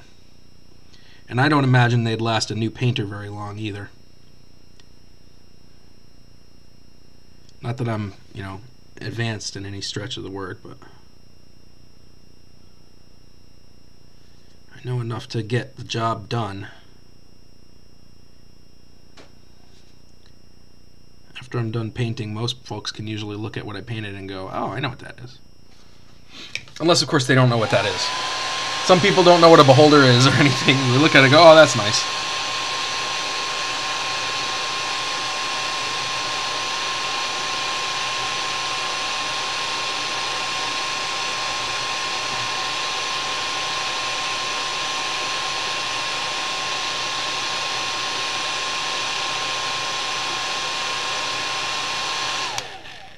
Okay, I'm going to try something here. I'm hoping it's not too close of a color match. I am going to use, if I can get my hands on it, contrast paint. I'm going to use, shake it up real good here, I'm going to use Snakebite Leather, straight from the pot. Most of the contrast paints you go straight from the pot unless you're using, unless you thin them out. And actually, I think I might want to thin this out because I don't think I want it to be too dark. I think I want it to be more of a glaze than anything. So I'm going to take a bunch over here. It's a really nice brown color, almost a sepia. But this is one of my favorite contrast paints. I'm just going to add a drop or two of contrast medium to thin it up a little bit and spread that pigment around so that we get a little bit more. I'm actually going to add a third and fourth drop. A little bit more variance in it, and that's why this contrast medium is helpful to have if you have these on hand, because then you can make the color slightly lighter than what comes out of the pot. And these contrast paints, you want them to go on thick anyway, because they go into the recesses like a wash. Oh, that's going to be good. Oh, that's nice. I like that. And it's a different color than the brown. I was worried about that. Okay, good.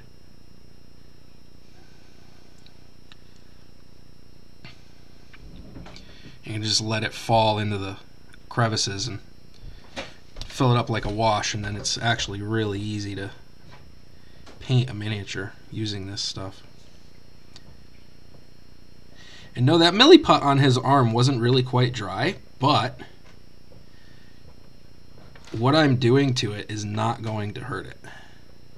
It's not going to disturb it in any way.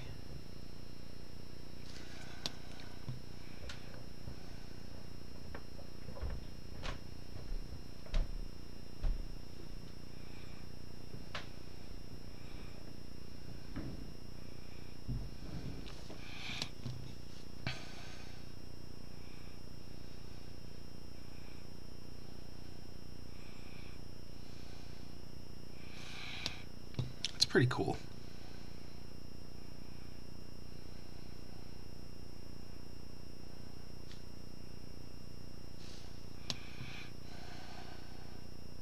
Oops.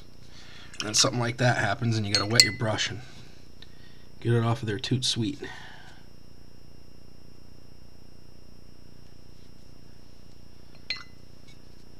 I actually can't even find the manufacturer of this miniature anymore. I don't know what happened. I tried looking for it the other day because I wanted to get a replacement rather than strip it. I couldn't even find it anymore. I could have sworn it was a Reaper Chronoscape miniature, but it seems I was mistaken or they discontinued it, but I couldn't find it.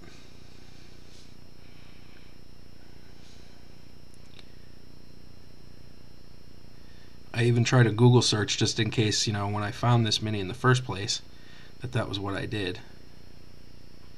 I don't want this to pool too much towards the bottom, so I'm kind of pulling those puddles apart. I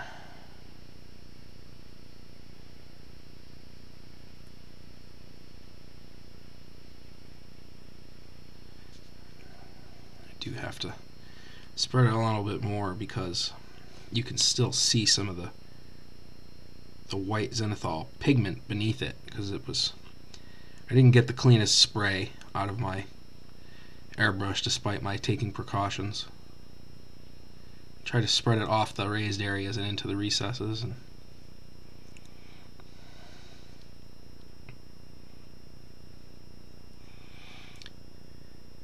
I think I know where I messed up with that. I think I know what I did wrong with this contrast paint. I forgot to undercoat it with my usual Corax white or Wraithbone. That's what I did wrong. So it's capturing too much of the zenithal. So I'm gonna dry it. I'm gonna paint it. I'm gonna overcoat that with white, and then I'm gonna redo it. That's what I messed up on. So I'm gonna redo that part. That's the beauty of this stuff, though. Is as long as you don't overdo it, you can redo whatever you screw up on. In fact, I'm actually just gonna take a bunch of that off of there. No need to let it dry completely. Let's just get rid of some of that erroneous crap. Even hit it with a little bit of water. Actually have to base coat that. Forgot I had to do that with the contrast. You don't have to do it. This is a misnomer. I shouldn't say that. You don't have to do it with the contrast. It's recommended to do it with the contrast. The contrast plays better when you have the white undercoat. But that's not to stop you from using a contrast in any application you choose.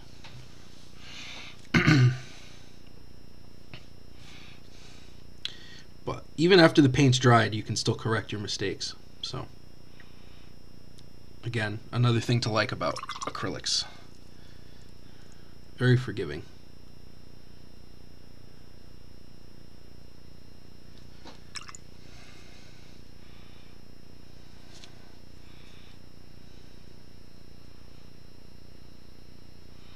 And you'll see what I mean after I get this white paint on, why it didn't work out so well. I'm just going to dry it off real quick.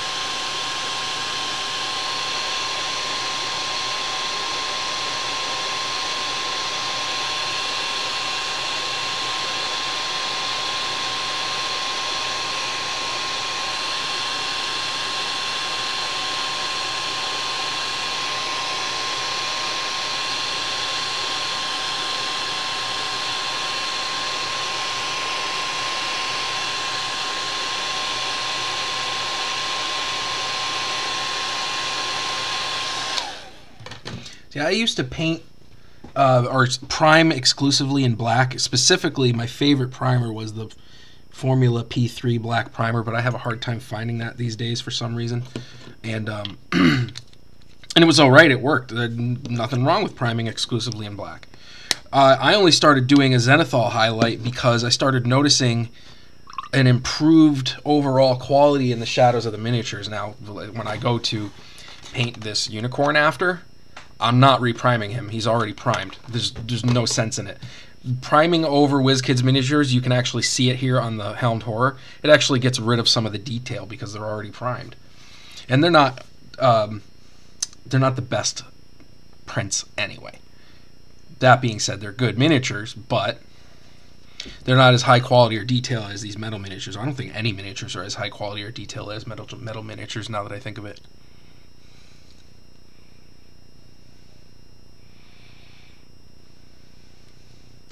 I like the zenithal highlighting too because it shows me the details I need to paint a little bit better. I can pick things out a little bit better. All right, that's good to go. I can paint that now. So I'm going to use, for this, I'm going to use Corax White. It's an off-white. I shake the crap out of it because this for some reason Corax White separates like really easily.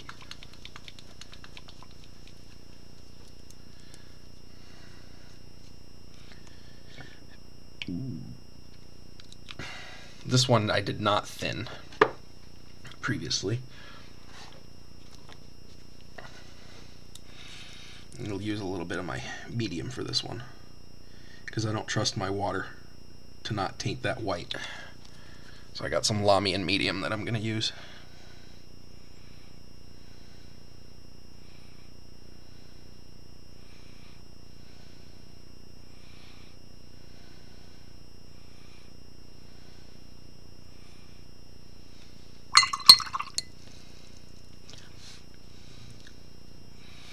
Alright, now we're going to paint his cloak white, which is going to seem odd, but then afterwards when that's dry and I come back with the contrast, it'll make sense. It'll have an even base coat to go over.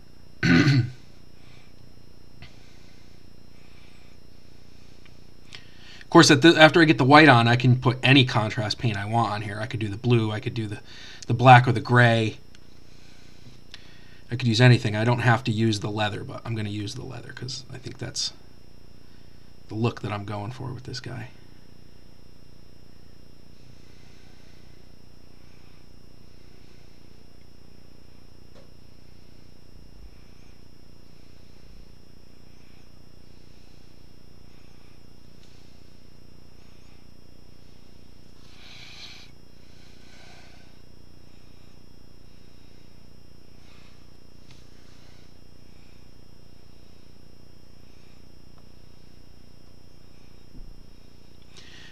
I might have to do a second coat of the white depending on how well it goes on. Sometimes it goes on well, sometimes it doesn't. It depends on how I mix it, and sometimes, like now, if I mix it too thin, it doesn't look that great. And I don't want to gloop it on because then that's how you lose detail, and that's how you get white paint all over your nice, freshly painted leather boots.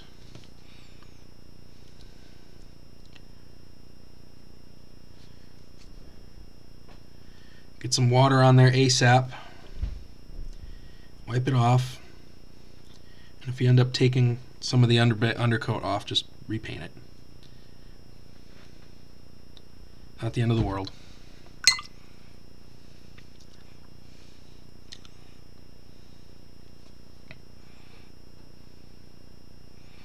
Actually just put some more of that brown on my brush, and I'm just coming in and touching up that boot real quick. And the other one too while I'm here, because why not? Just one more coat, bring up that brown a little bit. Okay, back to the white.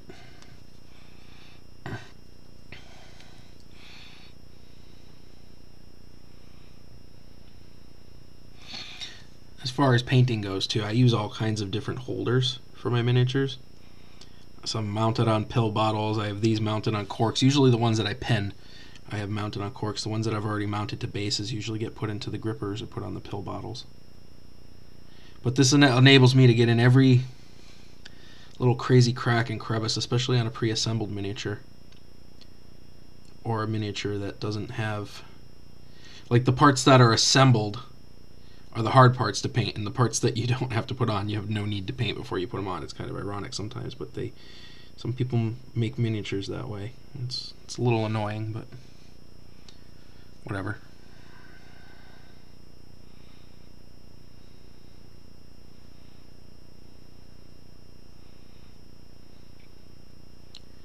This is a little bit more detailed than just using the contrast paint.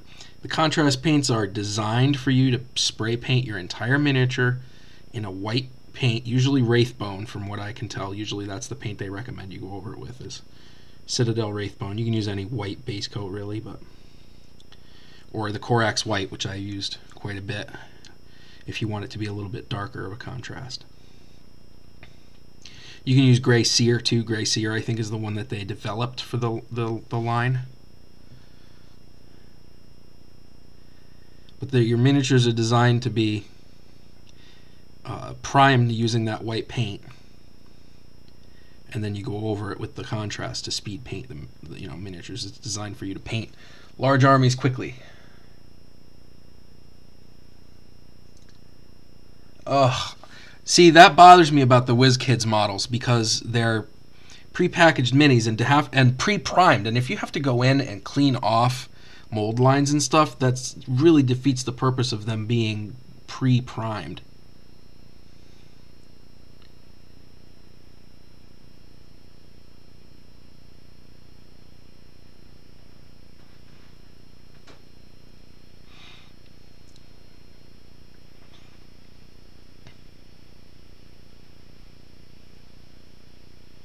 I do love that cloud giant, though. That cloud giant's cool.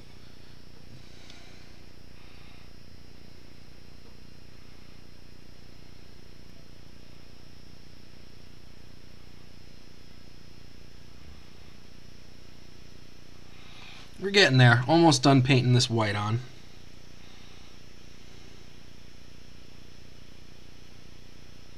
I might have to touch up his pants a little bit if I hit with the brush. That's okay. I usually have a touch-up phase of painting a miniature anyway.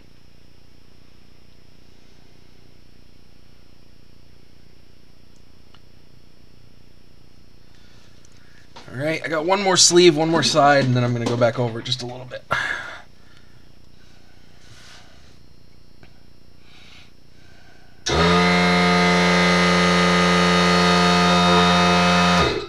I don't even need you anymore. Stop. I'm done with you.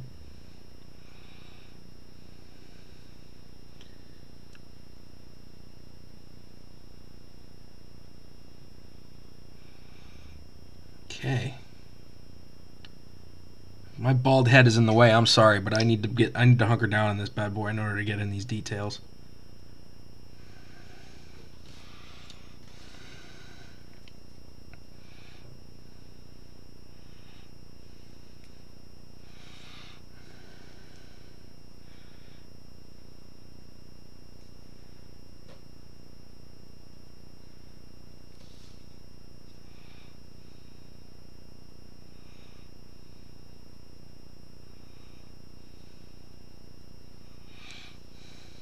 Okay.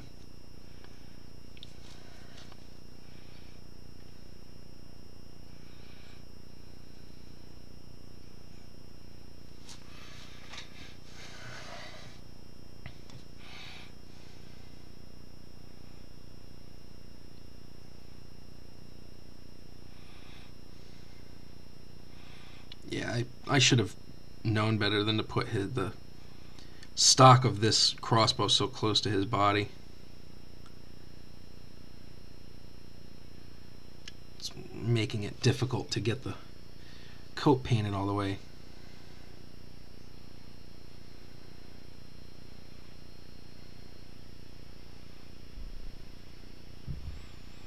I plan on getting a bunch more contrast paints too. I love those paints. I have a lot of fun painting with them. I like how simple they are to paint with.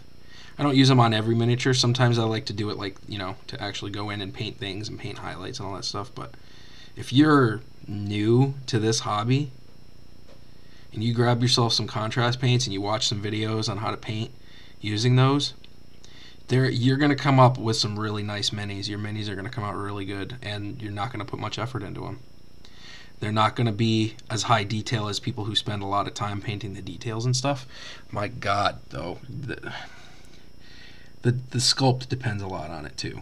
You know what I mean? Like if the miniature is crap, there's no amount of paint that's going to save it. Just like anything. Garbage in, garbage out.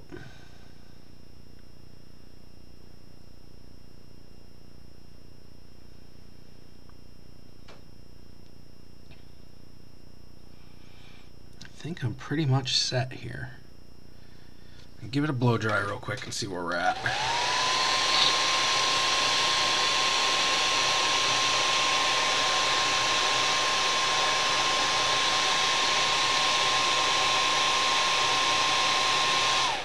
Isn't that basically what a contrast paint is? It's like just like a thicker glaze or a thicker wash.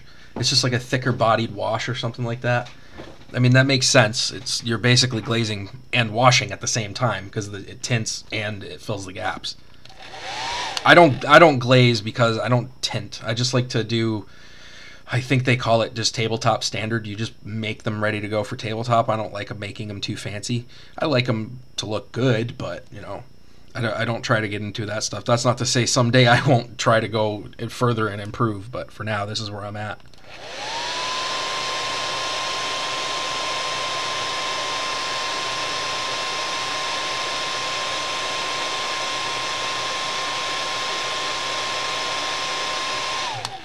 Okay, we're at a critical stage here now. I have choices. We can stick with the original leather brown, which kind of seems alright. But I've also got a gray color and a white color. Oh, what was I going to say? Never mind. I'll talk about that later. I actually have something I want to talk about with the texturing and stuff, but that's when we get into basing, if we get that far with this guy. Still need to hit this area a little bit.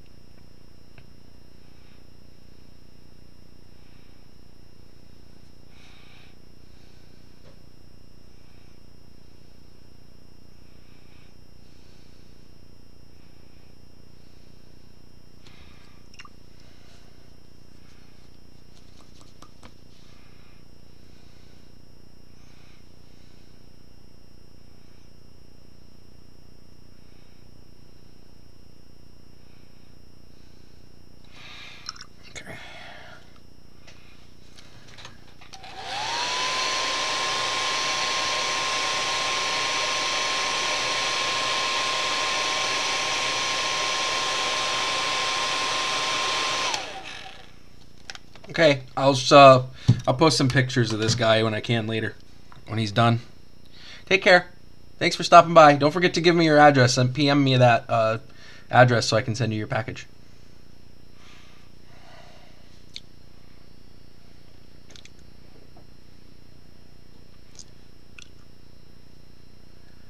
Alright, screw it. I'm just going to stick with the leather because I already have a bunch of it out here. I'd hate to waste it since it's already on my palette.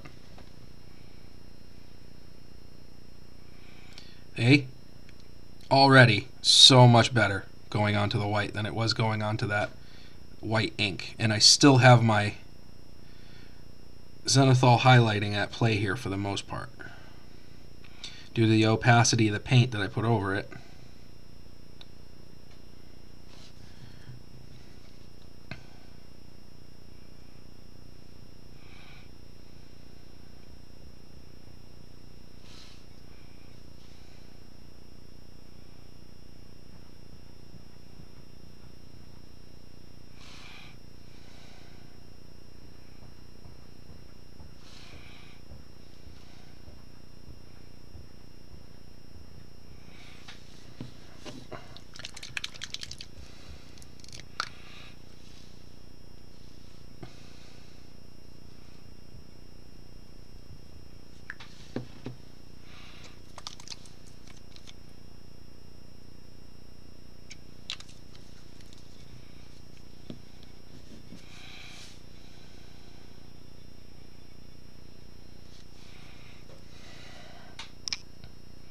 I just added a little bit more paint and medium to my palette here because I wanted to make sure I had an adequate amount to get on here. These contrast paints need to go on thick.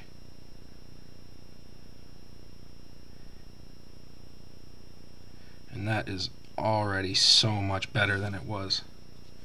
It has a really cool color. I love it.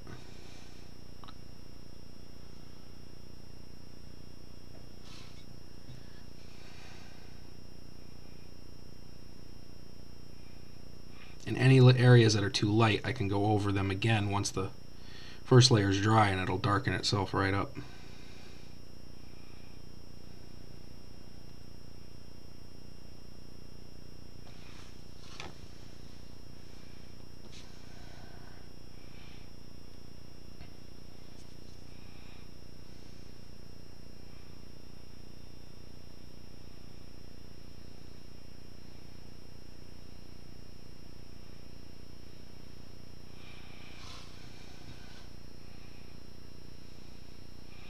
Especially down in here in between his legs, I want to make sure it's nice and dark down here. There's going to be a lot of shadowy stuff, and in here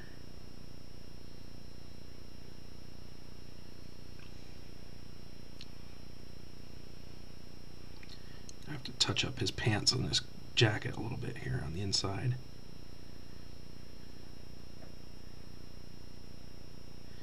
Again, no big deal.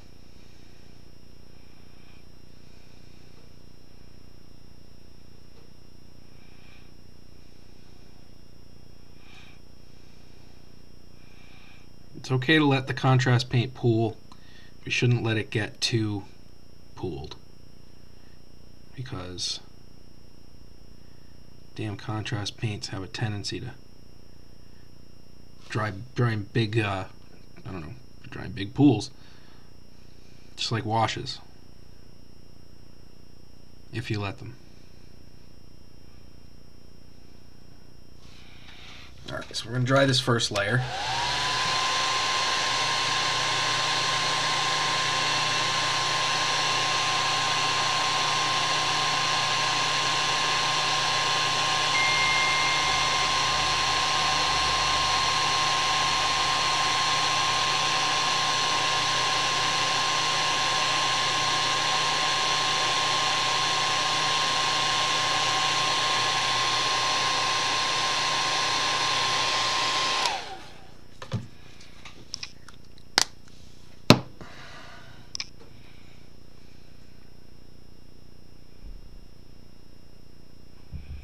Got ourselves a nice brown duster look going here, which is really cool.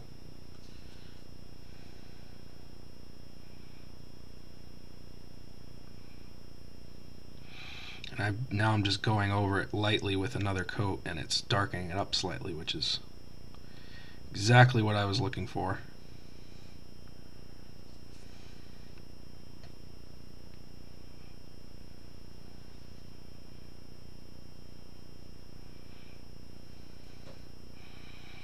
Looks pretty much like a leather trench coat to me. I don't know, guys.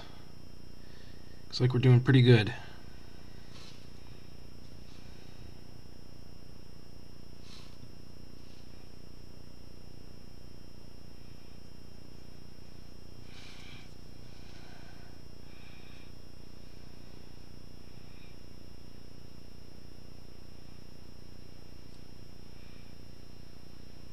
Okay. I think that's enough messing around with that. Let's get nice and dry here.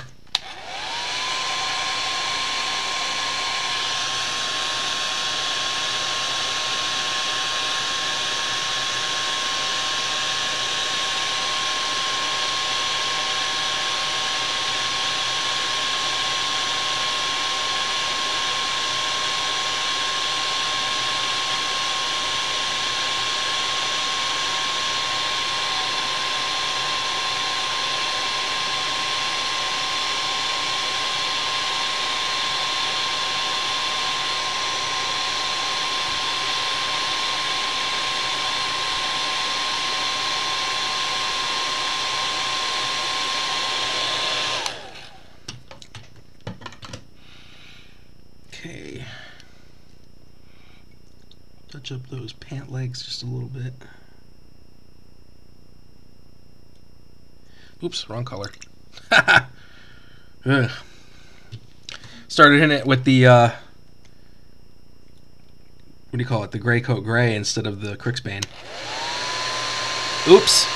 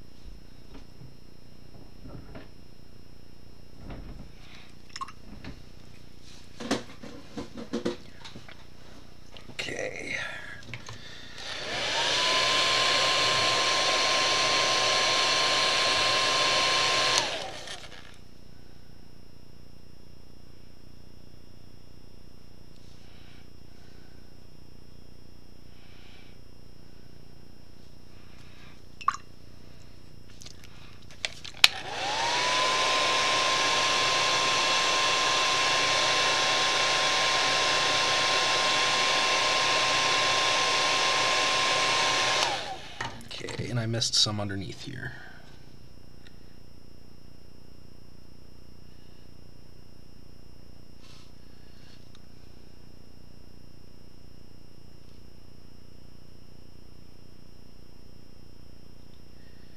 Okay, that's good. I think we're good with the coat. I think the coat is done. Now,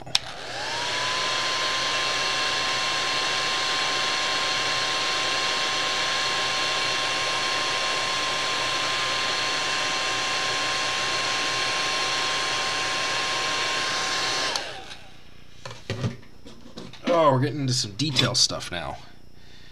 Running out of big spots. I think I'm going to paint his hands and the crossbow next. Go with the crossbow first.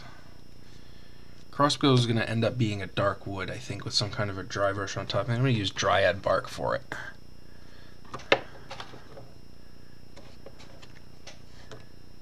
Use dryad bark for that.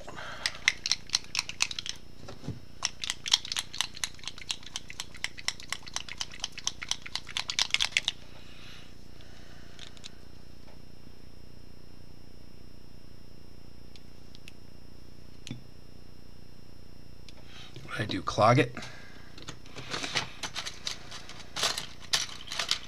How did I pull that off? How did I manage that? Yeah, I didn't do anything, it seems. Seems I have a faulty,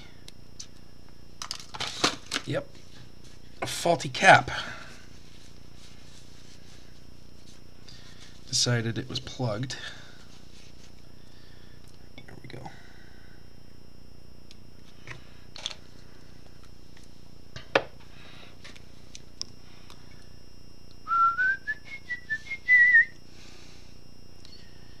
Let's paint this bad boy. Nice dark wood color.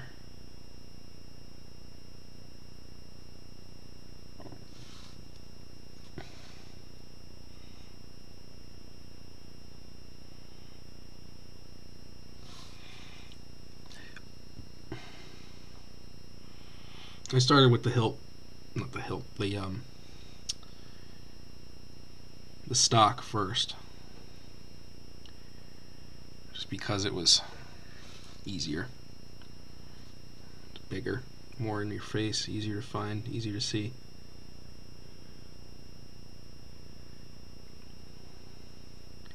Good way to build up to the rest of the weapon.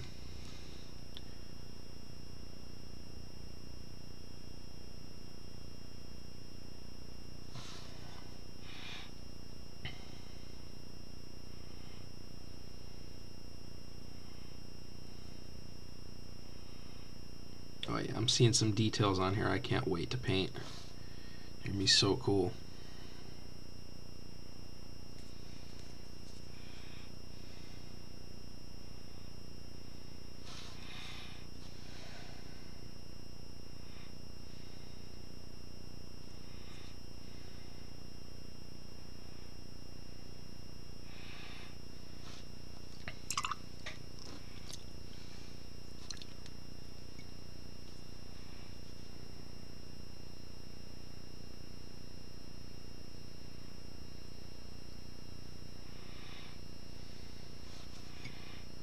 Okay, almost to my liking.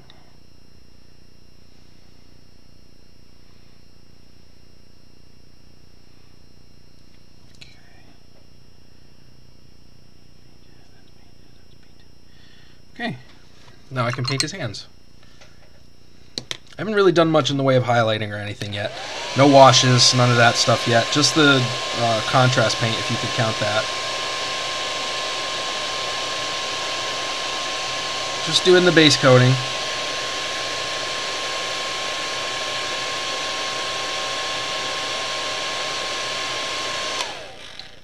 Tabletop Dungeoneers Discord. I don't do too much Discord. I know you can chat a lot with people there and, you know, get information and stuff, and it's all right. I'm just not big on Discord. I haven't really used it since playing World of Warcraft, and I didn't even join Scott's Discord when I was one of his patrons. So I don't know, it's me. I might just be kind of a social lark, I don't know, but Maybe I'll check it out anyway, but I don't think I'll join. We'll see. Thanks for the info, though.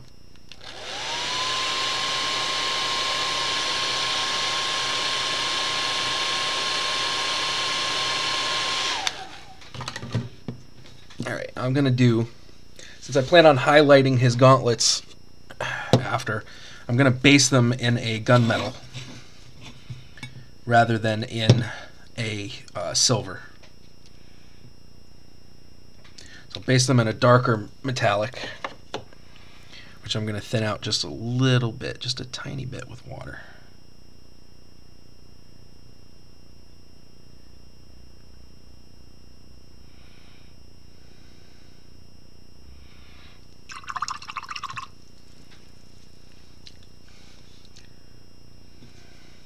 And that's a Vallejo game color that I'm using for the metallic. It's just one of the ones that I got in my Vallejo metallic or Vallejo paint set that I bought a few weeks ago. I'm sorry if my hood's up and covering my face, making me look all super sketchy. But it's actually kind of cold down here now, and I kind of wish I could turn on my space heater, but every time I go to use my blow dryer or have my compressor on, it trips the circuit. Can't handle both. So I kind of tend to just freeze while I'm down here.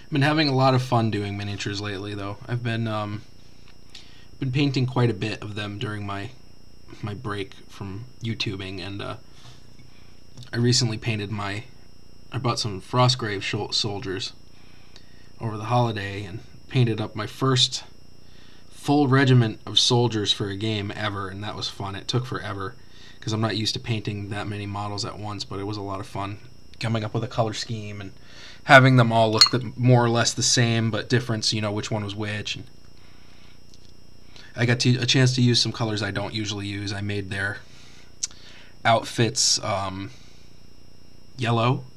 I gave them like yellow tabards and stuff, and I don't know, it came out really cool.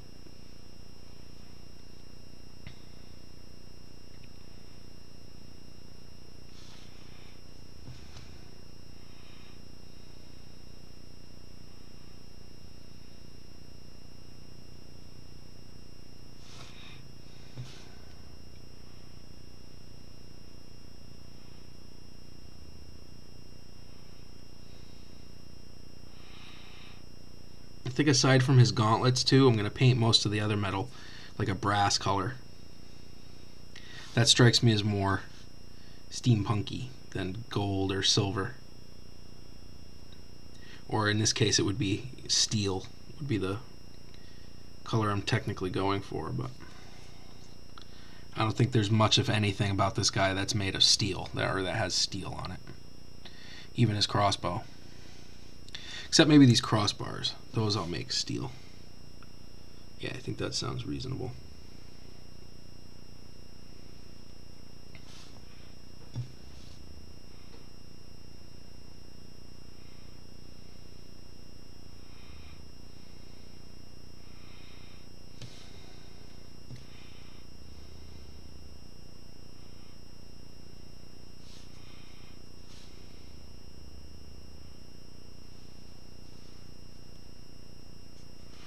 Yeah. Heavy clothing and warm drinks, that's right. I put down a lot of coffee while I'm down here usually. I'm drinking a seltzer right now, but I think I'll make another cup of coffee when I take my next break here in another minute or two. I like to get up and walk around every once in a while and stuff now. I've been spending way too much time sitting, and it's actually having a lot of an effect on my back when I go to work. Because I'm up and moving around at work, but then when I'm home, I'm sitting. I got to keep moving around. I can't stay stationary. It's actually worse for me than I think it is. Okay, we're done with that color. Now I'm going to paint his hair. While that section's drying, I'm going to paint his hair. I'm going to paint his hair. I paint red on miniatures hair a lot. Let's make this guy a blonde. Let's make him blonde hair. Screw it. Oh, wait a minute. He's from the future, right? What if he had green hair? That'd be kind of cool. What if we did warp lightning contrast for his hair? Give him like a really cool glowing green hair. That might be interesting. Or even an orange. No, let's do green. Let's do the... I have the warp lightning color, which is pretty cool. It's a dark, ethereal green color. I think that'll look neat for his hair.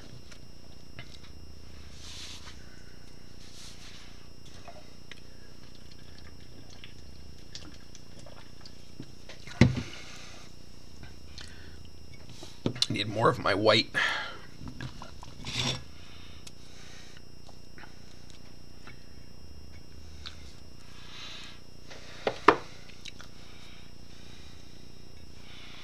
I'm not going to thin it so much this time. Or should I? Nah, I should. I should. I'm painting his hair, after all.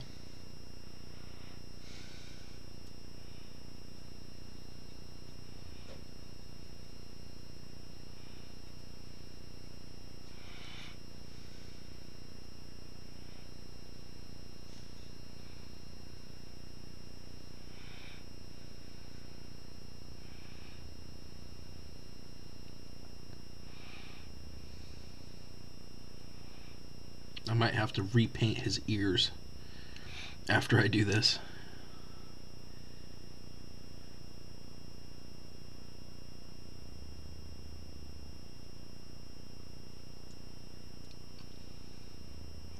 Shit, his hair might even look cool white. I might be able to get away with painting it white using the apothecary one on it. Now we have some options.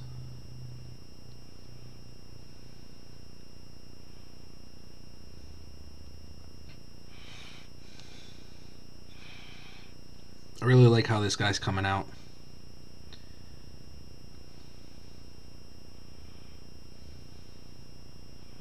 I've been meaning to repaint him for a very long time.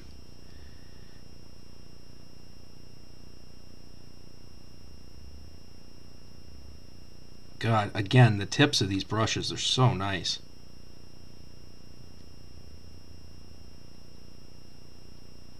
I have a feeling it'll eventually get mussed up, but...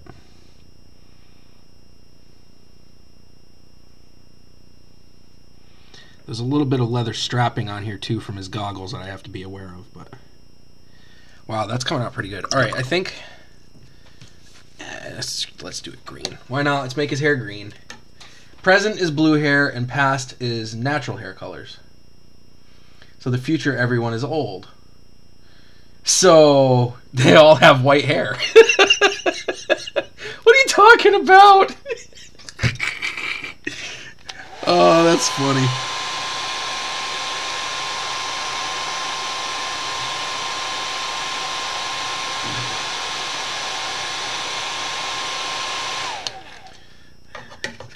Everyone in the future is old. Yeah, everyone in the future is old, except for the people who aren't. Oh, that's funny. Good one.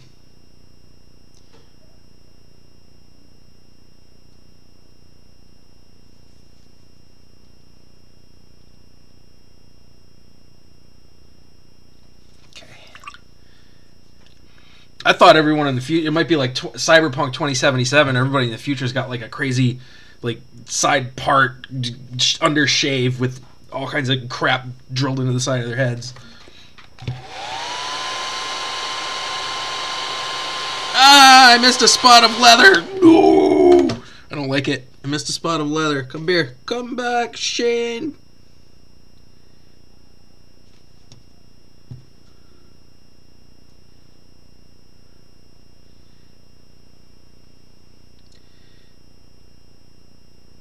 It's not that noticeable, but it is.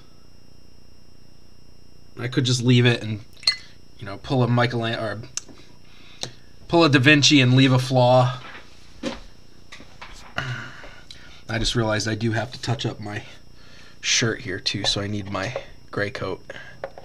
Gray coat gray, where'd you go?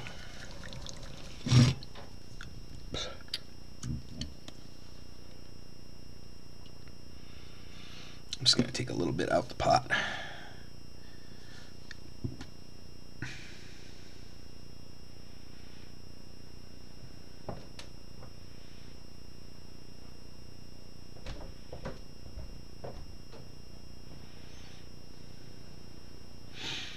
Okay.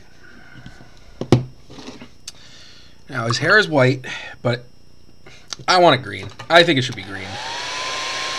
Homeboy should have green hair. If it looks stupid, I can always paint over it. Damn it, I missed a spot again.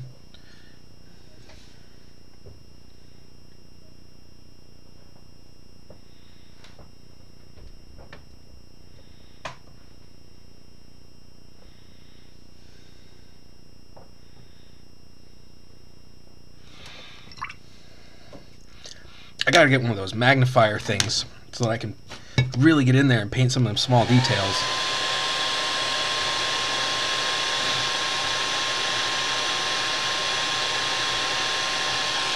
Like I said earlier, I'm obsessed with using my contrast paints. I probably use them way too much. Before I paint his hair, before I pull more paint out of my pots or anything, I'm gonna go take another break real quick, stretch and everything. Be back in 5, guys.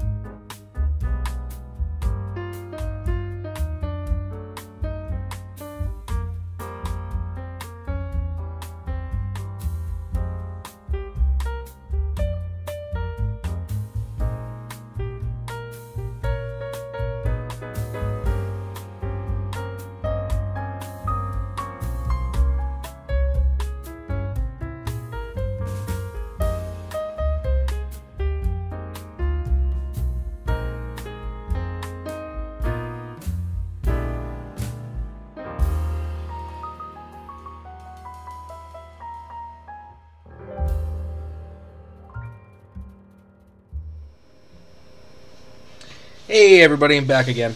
Alright. Now I noticed your comment there, the color shift for the future, because of what you said there. And I gotta say, just be careful what you say. We don't want to get taken down, right? Let's paint our guy's hair. You know what? Maybe a rebel. Hell with green, we're going blue. We're gonna put some ultramarines blue on that hair. Actually, no, we're not. Being a rebel would be putting the green, now that I think of it, because it's more of a contrast to the blue that's on his shirt already, that bluish gray from the other stuff. Anyway, yes, we're just going to use the green. Screw it. We're going to use the green.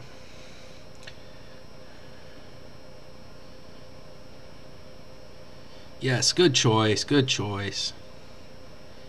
You know, sometimes you can know right away when you've picked the right color for something when you start putting it down.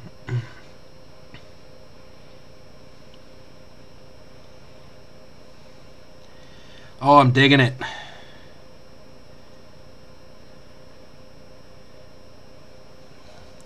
Looks almost like the Joker's hair.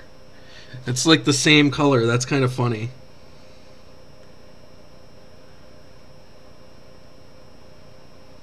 Now that I've said that, I feel almost obligated to put some measure of purple on this guy somewhere.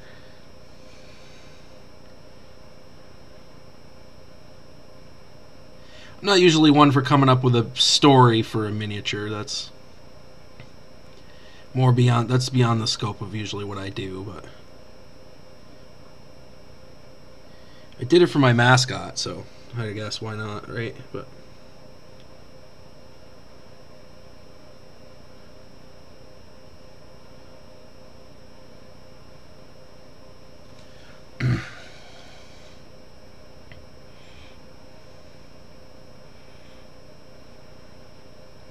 that's it. I think we've got green hair. It's pretty simple. Looks pretty cool. I like it.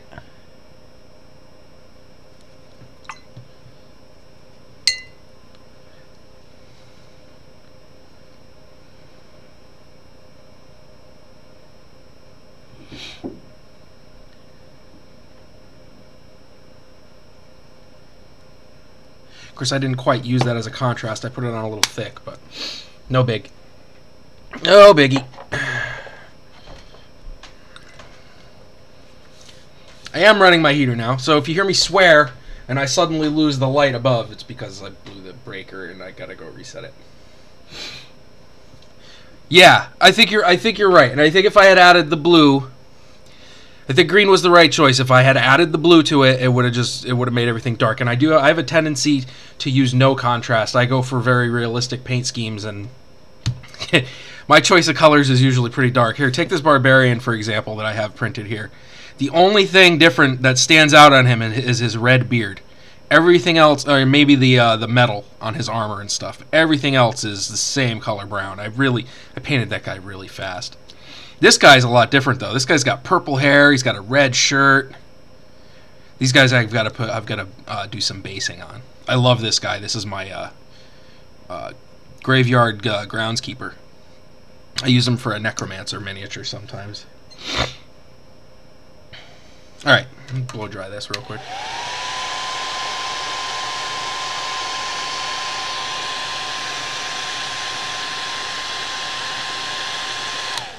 Okay, good enough. All right, we've got hair. Next. I guess it's really whatever at this point. I've got some more leather to paint on his belts and stuff, so let's paint that. I've got another leather color that I want to use. I want to use this Vallejo game color leather brown. It's slightly brighter than the P3 brown that I was using, so it should contrast well with the rest of the stuff. We got this little pouch here, which I'm gonna hit. This lighter brown will probably get hit with a wash. Most likely Agrex Earthshade or the like. Also, I almost never water down these Vallejo paints. They don't really need it that much in my opinion. Shit, I feel like I should paint that gunmetal first.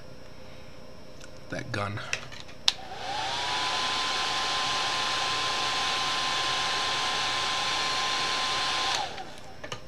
Damn. It is cold down here, but I'm starting to warm up. I finally turned on that space heater. I couldn't take it anymore.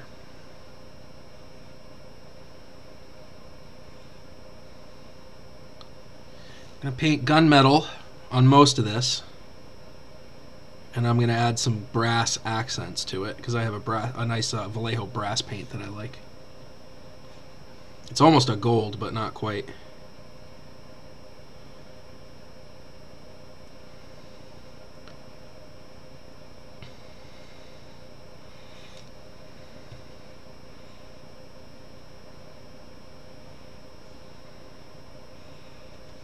Okay. But I can paint the accents after. I just want to get my base coats done.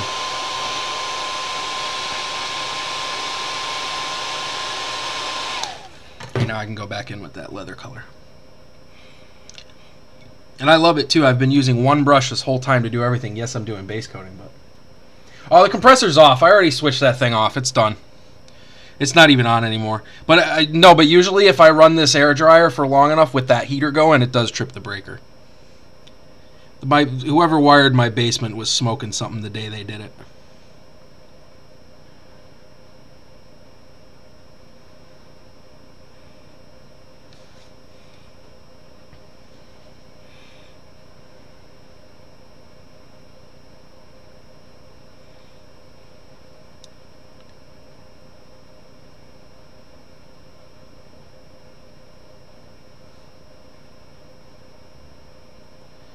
Painting brown right through some of these things that I'm going to undercoat brass, because the brass,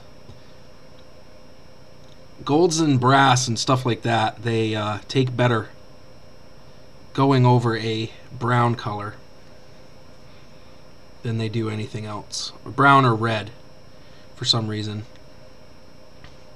I'm not sure of the reason of that, I just know that that's the way it is.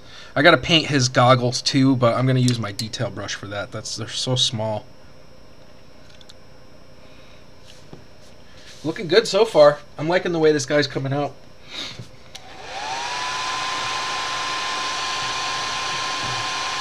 I see some areas for highlighting that I can do after on the coat, which is cool. I could just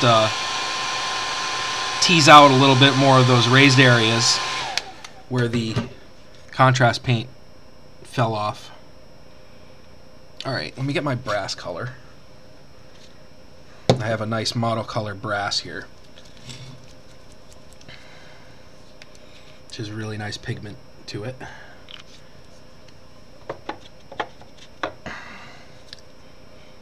Okay, switching to detail brush. Oh my god, it's so cute. Look how little it is.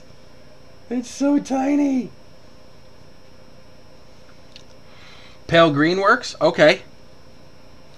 I'll note that. I'll give that a try sometime. See which one works better for me. I like that idea. I don't mind trying that kind of stuff.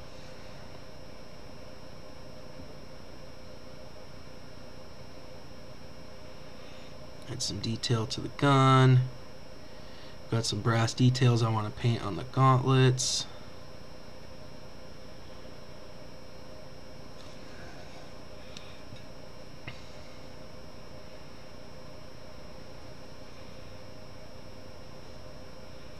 Doing that whole undercoating thing for gold and bronze too, or brass, whatever, that's a brand new thing to me. I just saw that the other day in a video and I thought that I would give it a try, and sure as hell it works pretty good. The brass color comes out pretty good on top of the gunmetal too. Painting on top of another metallic, it works all right. Okay, I want that to be brass.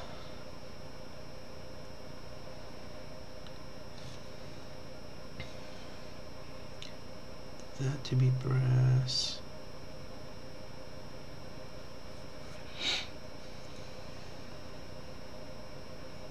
That to be brass. There's more things I'm going to have that are going to be silver. The other glove is different, but he's got this chevron kind of thing on here that I want to paint. Give that the brass color.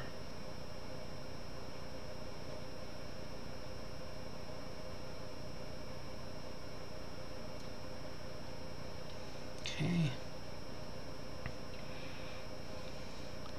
And then I want to paint the leather on the side of his goggles. Actually, I'll paint the entirety of his goggles brown, and then I'll paint the other stuff after.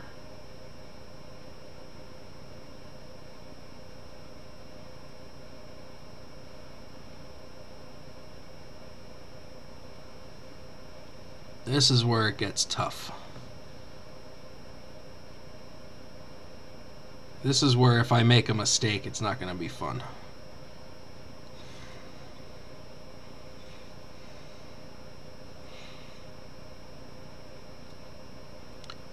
Just taking deep breaths and breathing and letting the meditativeness of the hobby carry me into it.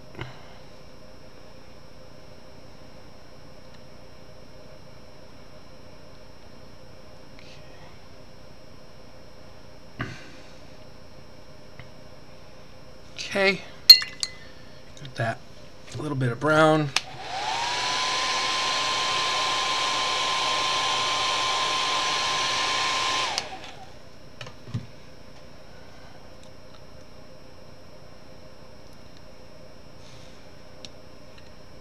The brass.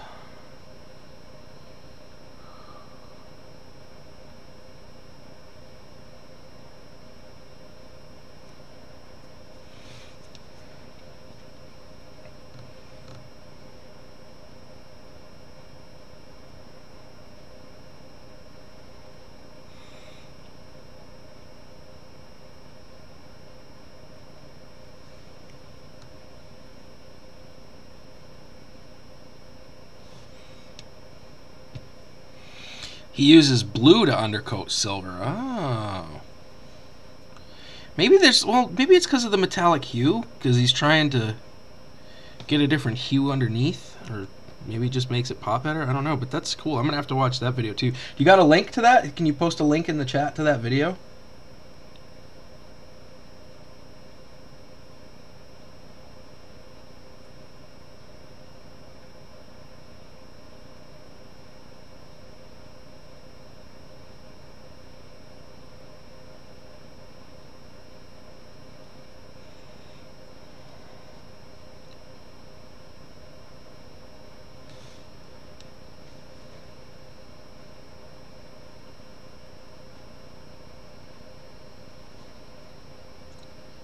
While I'm meanwhile painting details the size of a human hair here, coloring outside the damn lines.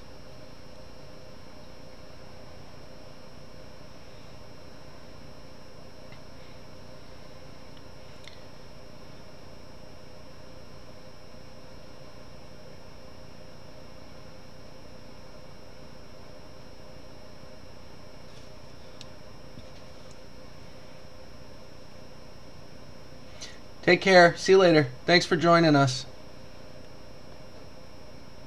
Have fun with your game.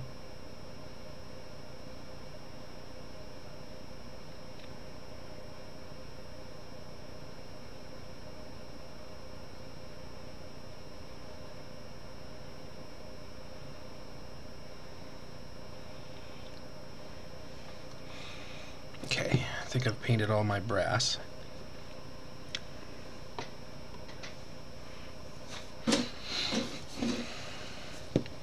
Silver time.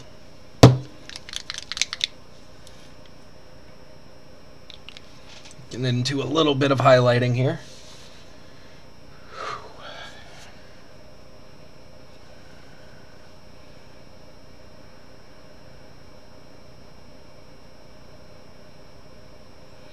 Especially on this gauntlet.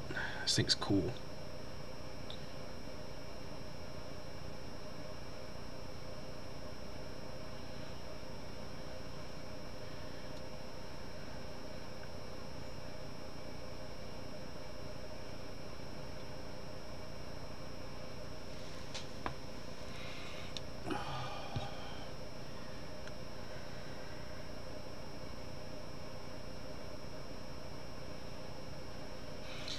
see if I can't paint these buttons right quick.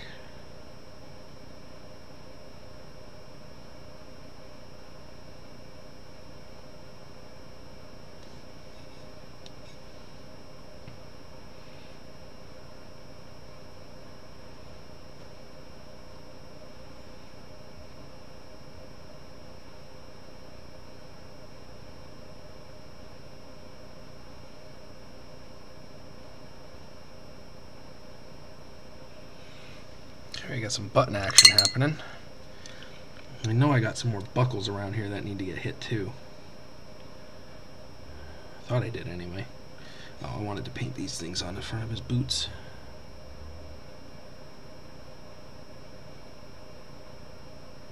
Like the Nike Air adventuring boots here.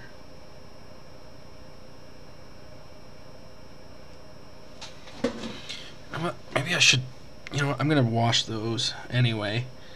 So I'm going to end up repainting that detail anyway.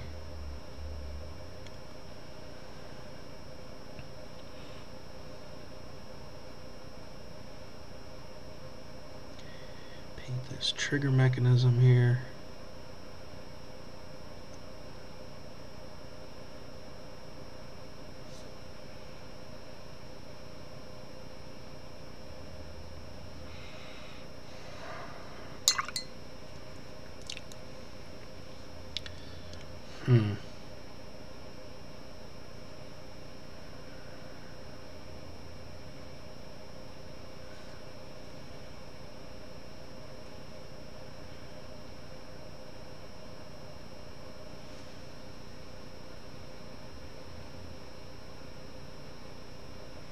Okay, I'll look that up later. Thanks for that point me in that direction. I'll give that a shot. I'll see what he has to say about it. I love looking up new videos like that stuff. So, all right, got some more stuff to do to my crossbow here. I don't need that snakebite leather anymore. I need my black. Where's my black?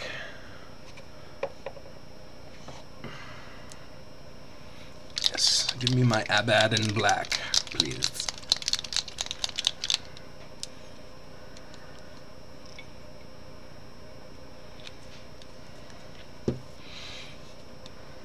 Paint the string.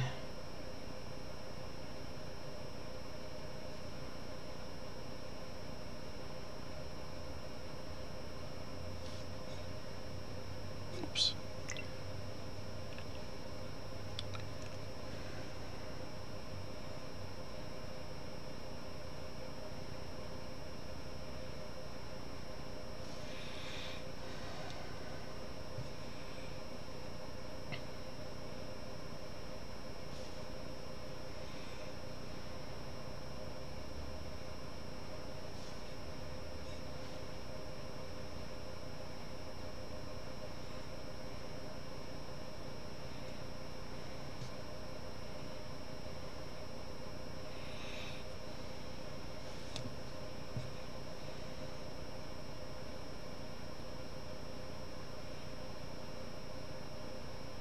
Okay, come with the black.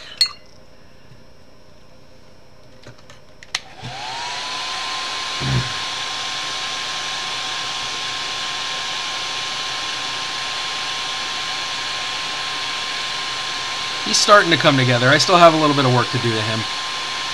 I'm not entirely happy with him yet. Once we start getting the washes on and stuff is when it starts really starting to pop. My usual go-to color now for metallics, I have two. I'll either use skeleton bone if I want like an older kind of rope color, or in this case I'm going to end up using bone white Vallejo. It's a little bit less brown, more white. The other option that I've used before too is this pallid witch flesh, which is a little bit more of a gray. But I'll just use the barest little bit of this, and then I'll hit it with a brown wash afterwards, and it usually looks pretty good. Either sepia or Agrex Earth Shade, or if you're one of the Army Painter shade guys like I used to be, I actually still really like Army Painter shades. Then I'll pick soft tone.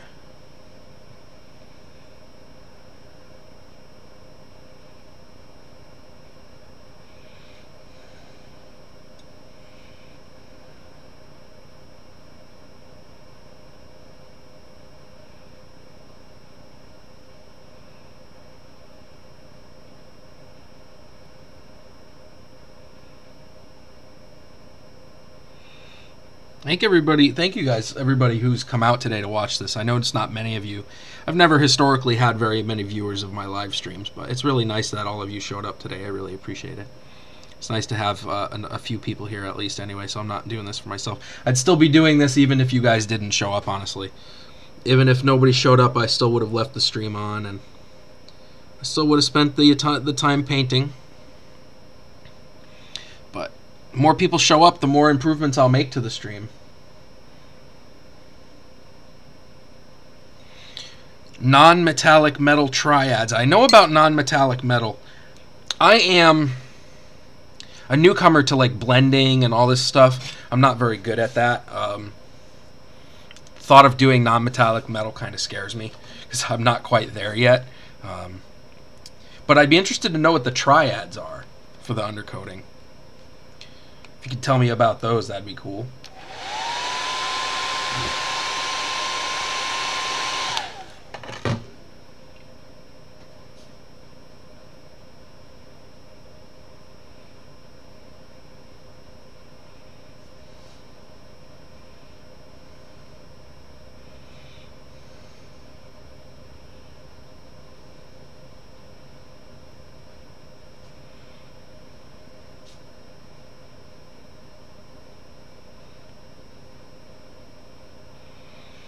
Okay, he's got his tie-offs on his crossbow.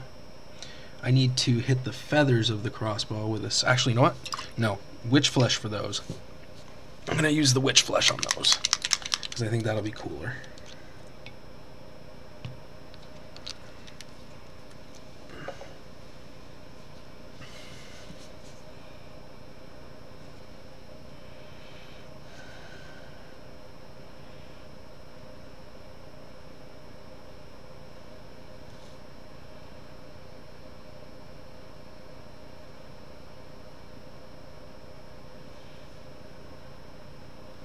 So I get why people want to use a wet palette, because you save paint, but I rarely use the same colors in my models now that I've got a bigger collection anyway.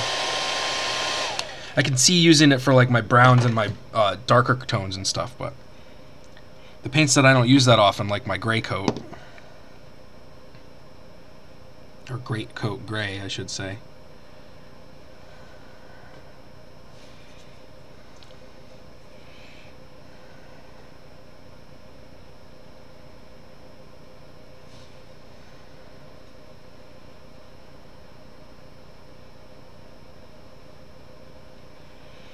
Okay, feathers are painted. A wash will hide a little bit of the crimes that I've induced there. I got a little bit of this dryad bark though that I can kind of get around it.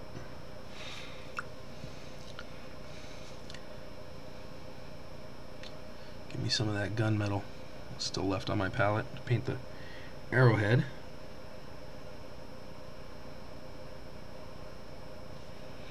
Which didn't work. We'll just do silver.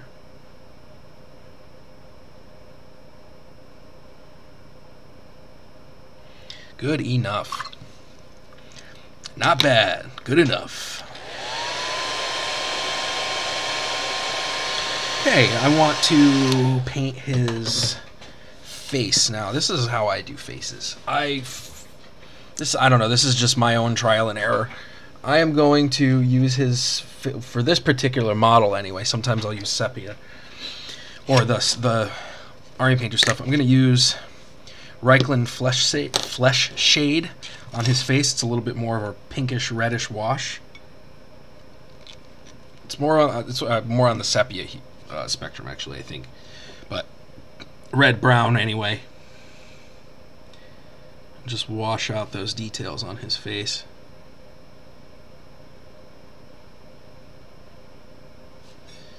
Working it in there a little bit at a time. I used to just absolutely drench my miniatures in washes, and now I have a little bit more control over them and where they go.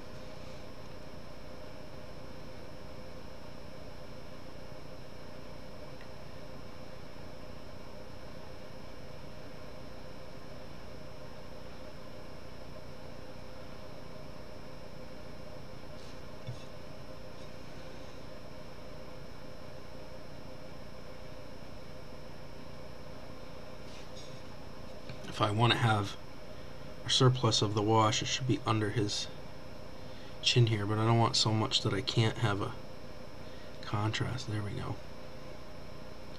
It's pretty decent. That mouth and the nose again, without getting too much on the cheek. And you could just soak your brush on the paper towel and let the capillary action of the brush soak up any of the excess on the figure. He's got eyebrows too, which I'm going to end up painting. But those won't be green. I'll probably paint those brown. So now comes the fun part. I'm going to paint his eyes. I don't usually paint pupils. I kind of just paint the whites of the eyes, but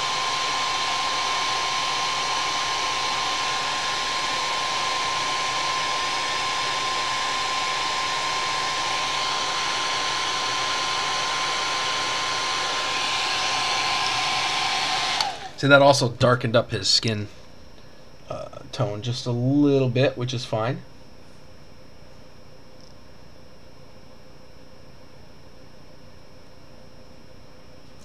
He's coming along. He's almost there. Not quite. I got a couple more things that I want to do. I'm paint his eyes. Try to do a little bit of highlighting on some of the stuff. I kind of want to put some lenses in the goggles up there. He's looking pretty good. He's not looking altogether bad. And you can drop in and out as much as you want. I have no problems with that. It's just good to have you. Now I think I want to hit those gauntlets with some Nuln oil, and then I will highlight them with silver.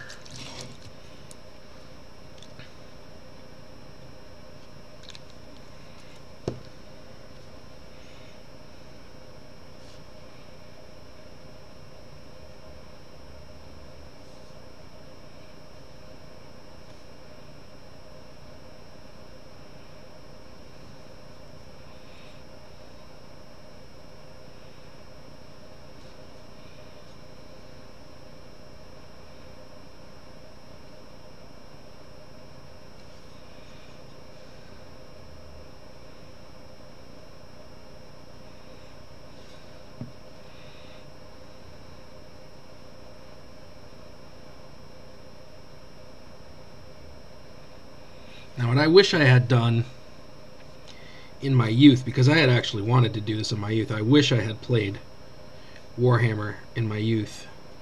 I don't have time for it now. I love the miniatures. I collect some of the miniatures. I have a few. And by that I mean a set of dwarves and come on, a set of dwarves and a Karen Wraith. That's all I have. But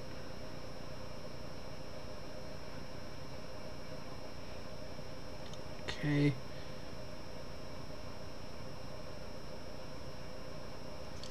Not doing too bad. We're getting pretty close here.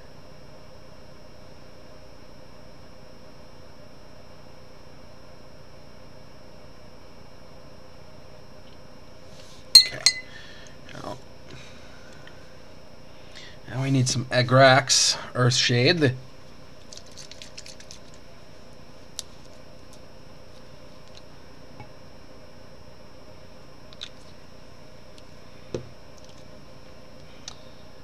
Do these boots.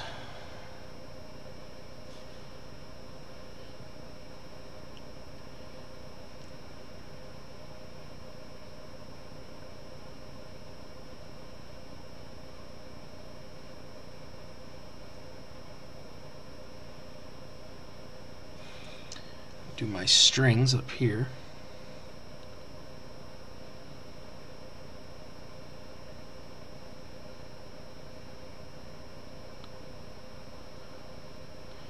It doesn't hurt to get a little bit of the brown on the metal either, because it ends up looking like there was a little bit of a rust happening. Get some of that on the feathers.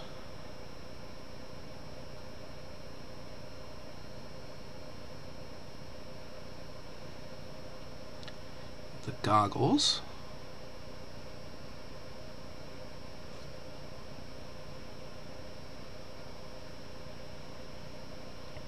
That's looking pretty good. Let's get those pupils done on his face, since I was literally just going to do that and forgot, completely spaced on it.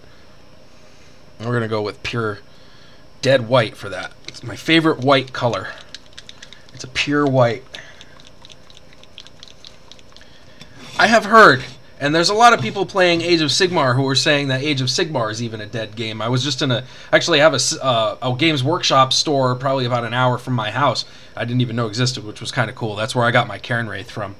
And that's what they were saying in there. And none of them were playing fantasy. There wasn't even any fantasy terrain on the tables, or even Age of Sigmar stuff. It looked like it was all 40K. I don't know. I got just a little bit of white on the tip of my brush. And here's how we paint eyes. I love doing this because it kind of messes up the model a little bit here. Unless you can get right in there, which I was lucky enough to do.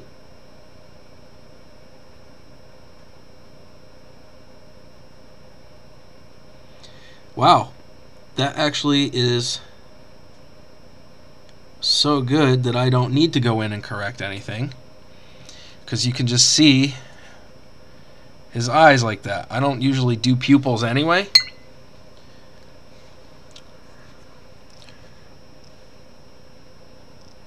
Sure you guys can actually see that for once. That looks pretty good. Got some of my brown wash on my hand though, so I need to go back and do more of my brown wash.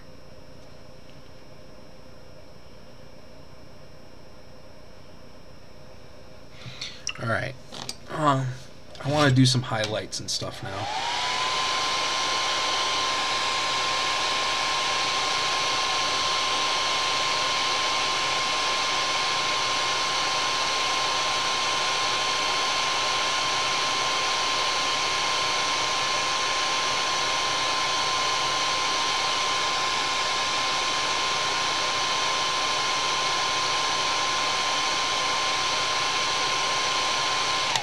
Forgot about my Crixbane highlight that I had over here that I was going to use to highlight his pants.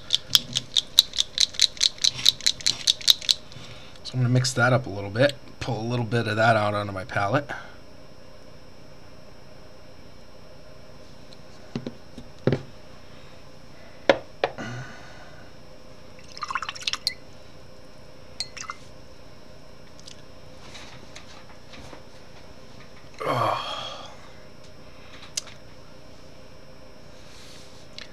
We're going to go a little longer. I was going to end it at 3, but we're getting to the good part now.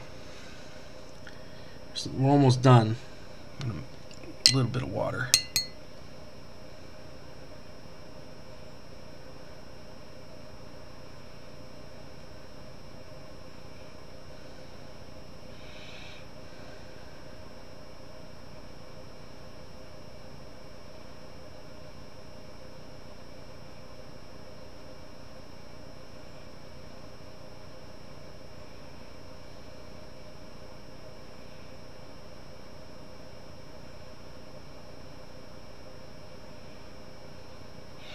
I don't really like that. I think I'm doing it wrong anyway. I'll just go a little bit darker and go with the base coat instead. Mix them together, kind of. Oh. Congratulations, Matt. I just peeled off his leg. This is what not to do when painting a miniature, so I have to reprime that one spot on his leg in order to get the paint to stick. So it's in a good spot. I'm not worried about it, but it is inconvenient. So now I'll use my regular brush. This is why I love this primer, because I can just put a couple drops on my palette and fix it.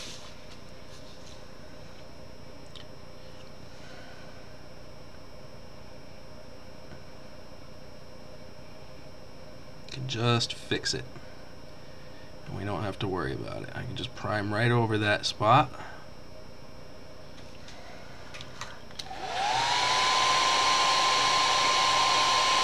Blow dry it.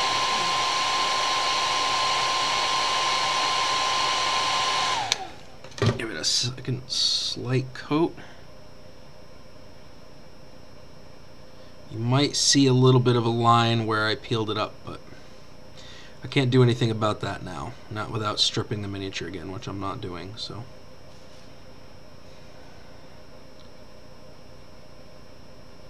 Let it be known. Sometimes you mess up.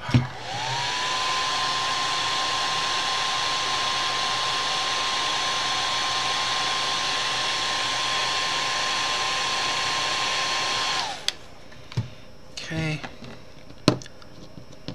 Where's my Crixbane base?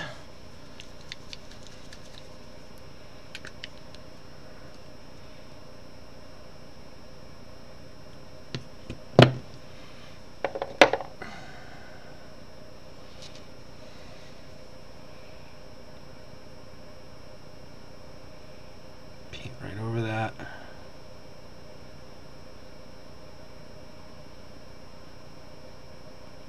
We can start again with those highlights. I'm going to end up mixing the base with some of the highlight color to get an intermediary color first. I think I was just trying to get to a lighter color way too quickly. Like I said, I'm still learning how to do highlights, so sometimes I just skip them all together.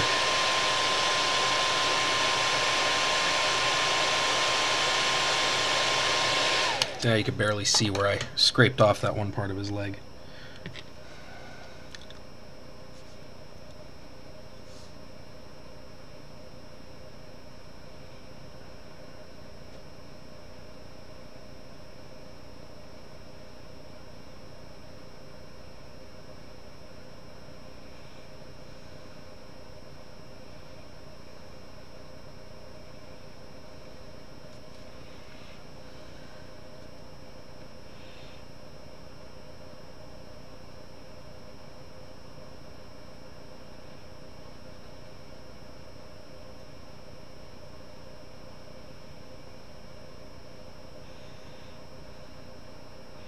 And that's working a lot better for me. That color works better. It's not so pronounced that it's you can say, oh hey, this fool was trying to do highlights, failing miserably.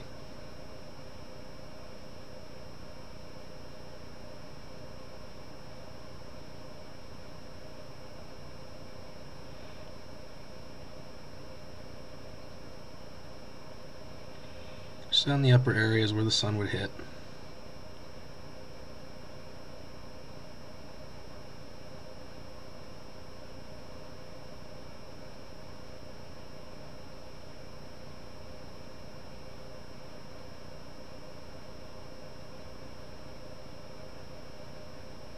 Okay. Now what I'll do, shut off my thumb, make it lighter with even more of that Crixbane highlight, and do the highlights again, but keep them restricted to a smaller area.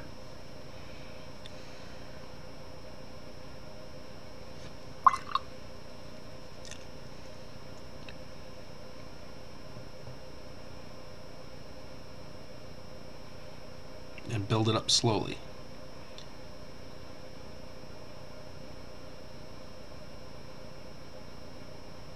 Focusing on less of the area that I covered before.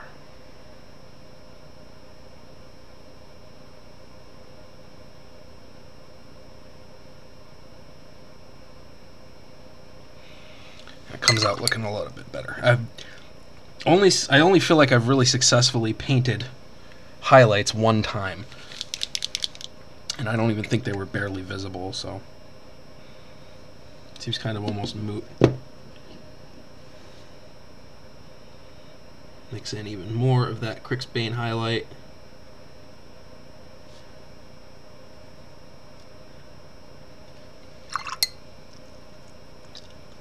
Do it again. Do it again. Need more on the brush. Need more on the brush.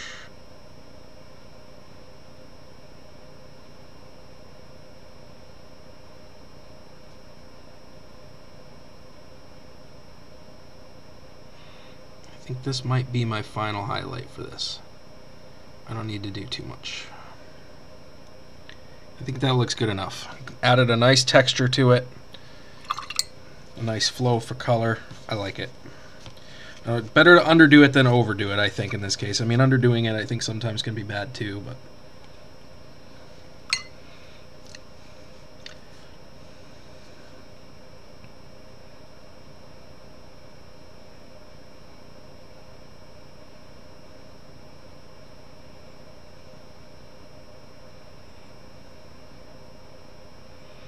Just putting some more wash on my belt portion here.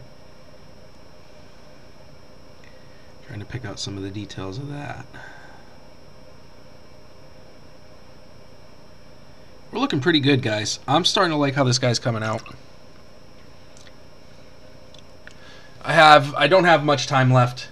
I do have some place I have to go. I am going to my D&D game tonight. So we'll do a little bit longer. And we'll get into this. I have some more touch-up to do. I need my gray coat so I can fix his shirt.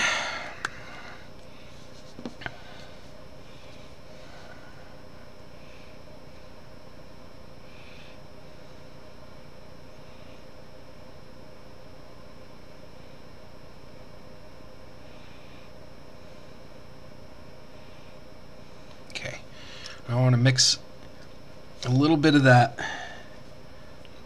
Crixbane highlight with some of this gray coat. And I think this will work fine for doing a highlight for my gray coat gray.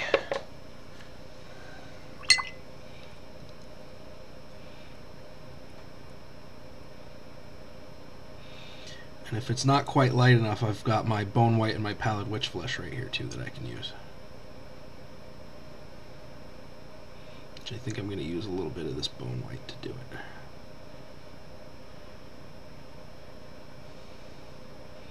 There we go. Lighten that up slightly.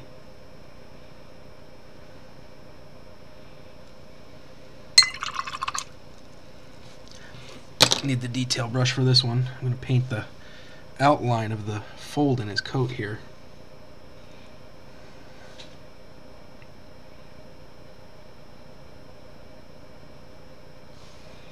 Shit, I don't think that's light enough.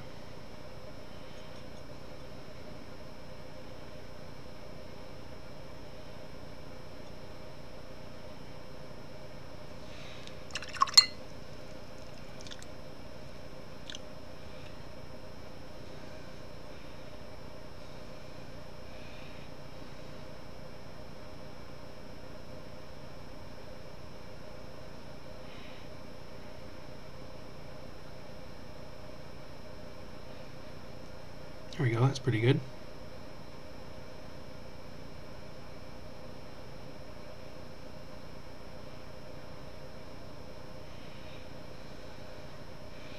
Without going too overboard.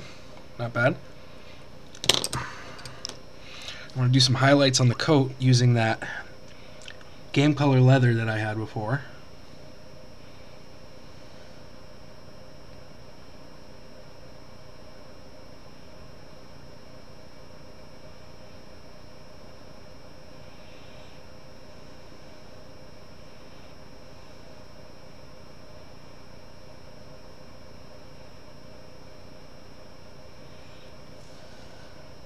Because I've found from using it that it works pretty well going along with that snakebite leather contrast. They're more or less the same color.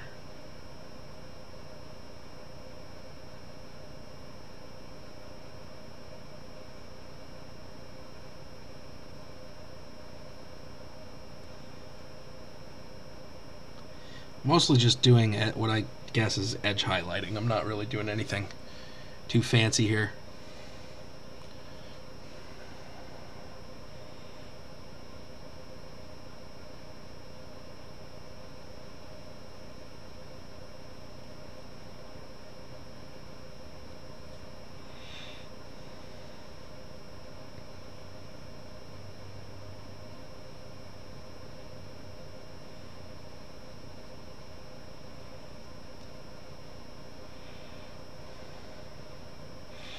I don't really need to do too much to the cloak. Do the face. I need to do a little bit more on the face. His face needs some love. Give me back my Kislev flesh.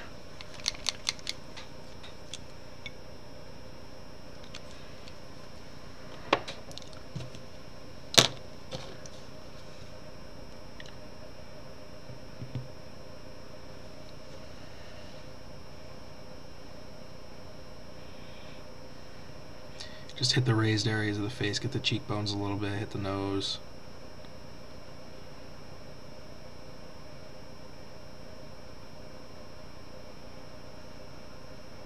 The bottom lip. Maybe his chin.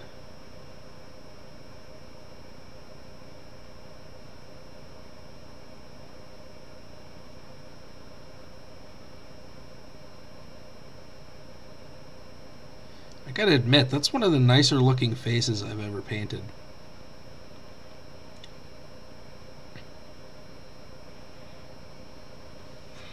Mostly on account of the way I did the wash and stuff this time. I got some black here I'm going to use for his eyebrows. I was going to use a green, but his eyebrows should be standing out from the rest of them.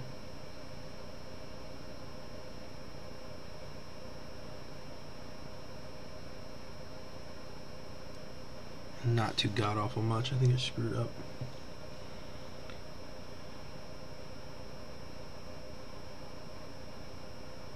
There we go. That's what I wanted.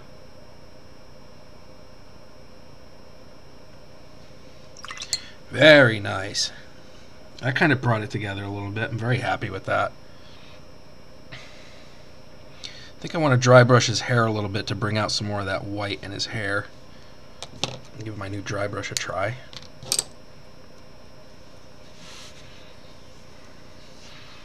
Let's go. We got some, we got white on the palette already. Let's just mix in a little bit of our warp lightning with it so we can at least keep the same color. Kinda. Nope, that's blue.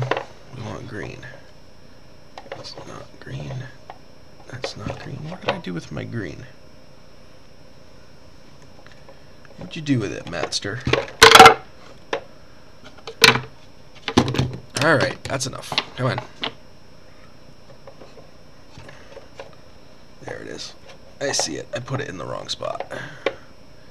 Everything over here is organized, but it is precarious. Alright. We're going to mix some of that with some white paint to get a green-white going here, which I like. This looks really nice.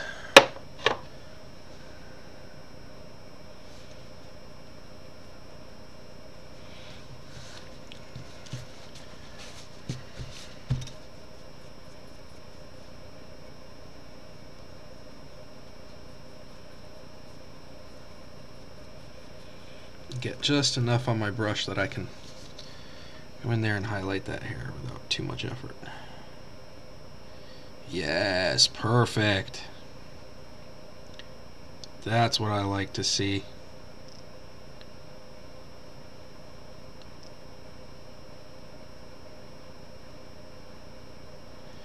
Really nice. Okay.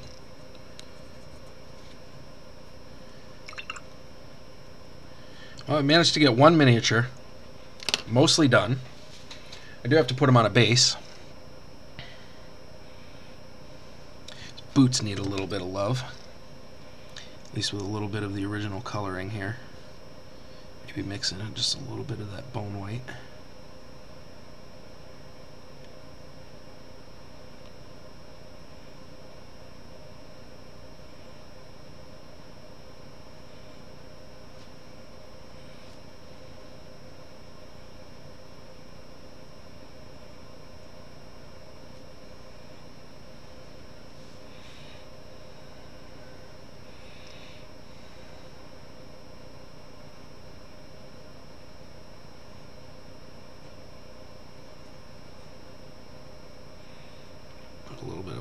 highlight on the boot. On das booties.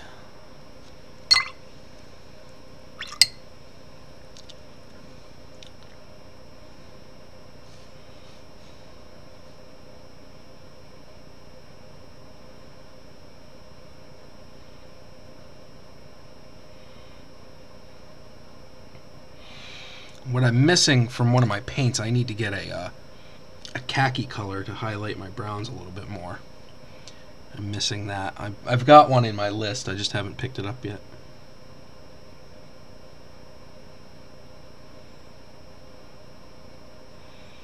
Just throwing down some more highlights on things.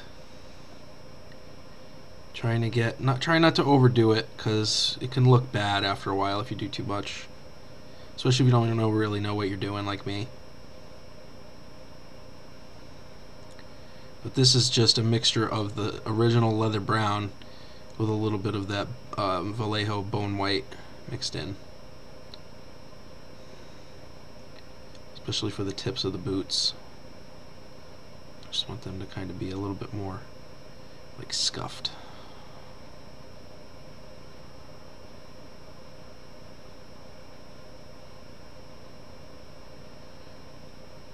Okay.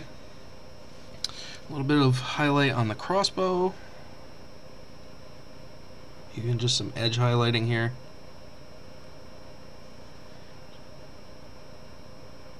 Because this doesn't have any grain or anything on it, which kind of sucks. I wish it did.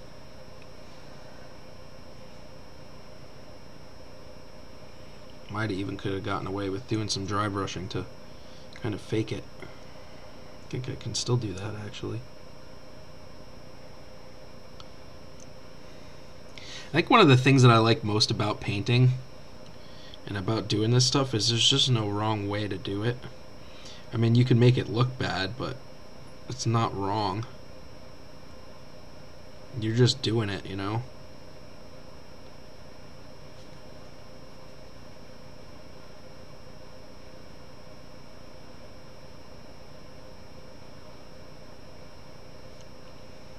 Okay.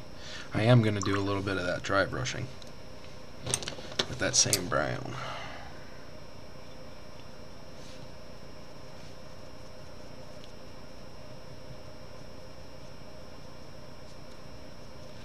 Very lightly.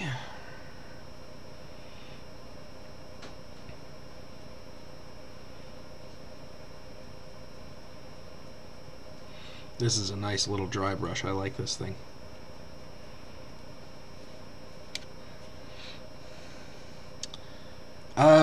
Yeah, I think I gotta be close to done here. I don't really know that there's much else that I can do to this guy besides base him. And I don't think I'm gonna be able to do that today, because I'm gonna want to do a scenic base for him, and I'm gonna put some silver on his hands here again after doing the wash. That'll brighten it back up.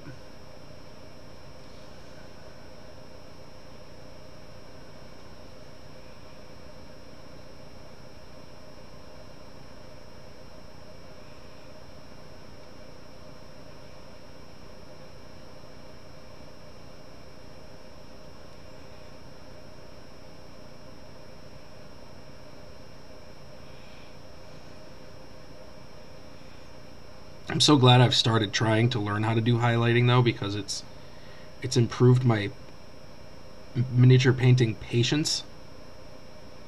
It's improved my ability to just sit with the miniature and think about what it needs. So I think is really fantastic. It's given me a new way of looking at how I paint them.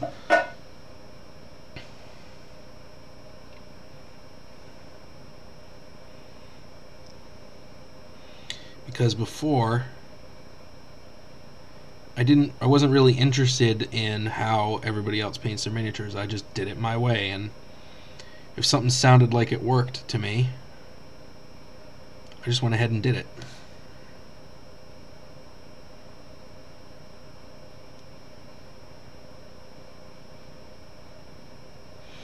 Woo! That silver edge highlighting on that crossbow looks sick. I like it.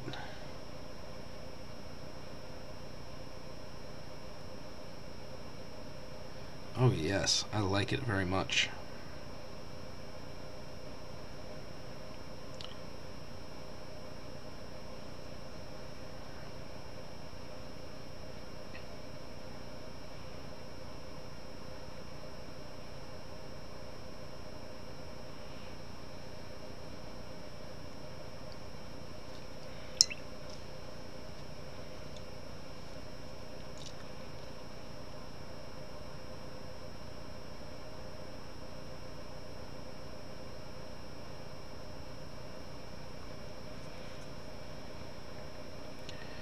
Well, guys, I think I'm done with this guy. He just needs to be sealed. I don't really want to do too much more to his cloak. Although looking at his coat now with the style of the rest of the miniature, I'm kind of wondering if I shouldn't repaint the coat.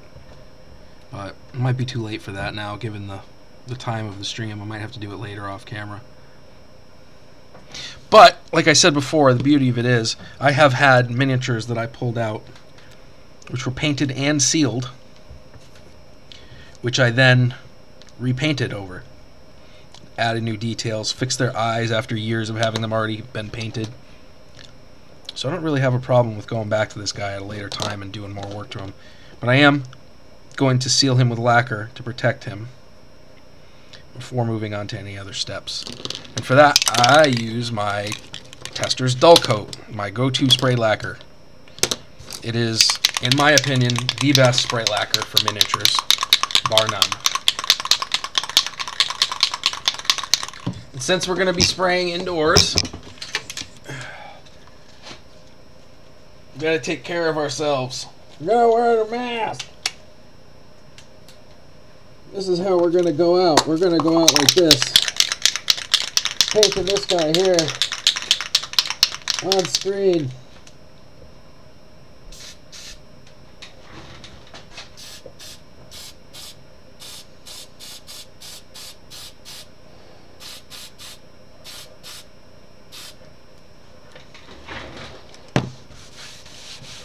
Even though I got lacquer everywhere. And on my phone. But that's okay, I get stuff on my phone all the time.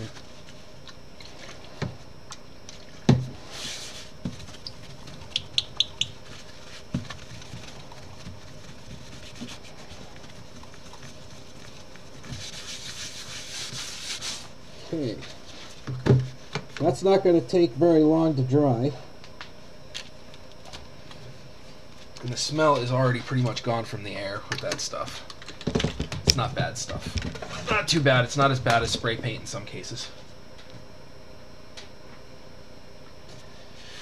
And then this stuff I can blow dry the same as I do the paint to speed up the lacquer drying process.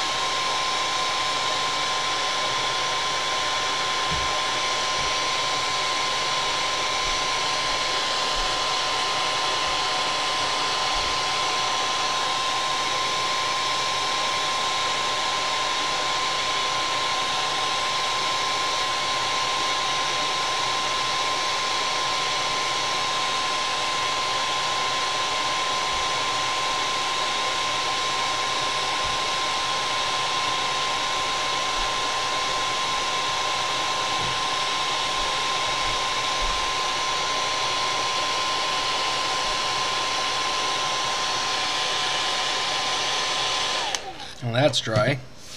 Do a second coat for protection. Should have left my mask on.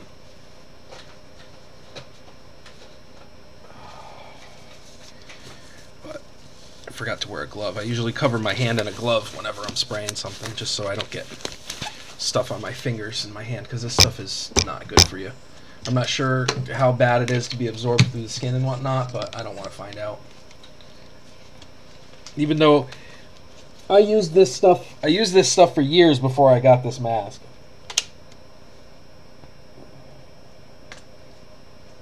Come on now. There we go. Do another coat. Spraying over here because there's a breeze blowing straight at my computer, and I just don't want this stuff all over my computer. If you can even hear me. So I'm just going to spray right on my, actually I'll spray right on my palette here.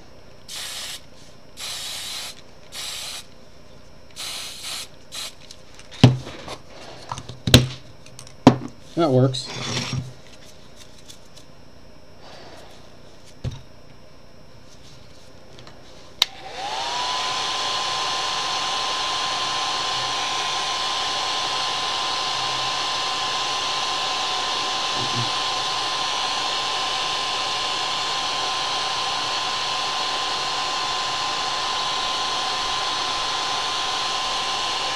Gonna take a few.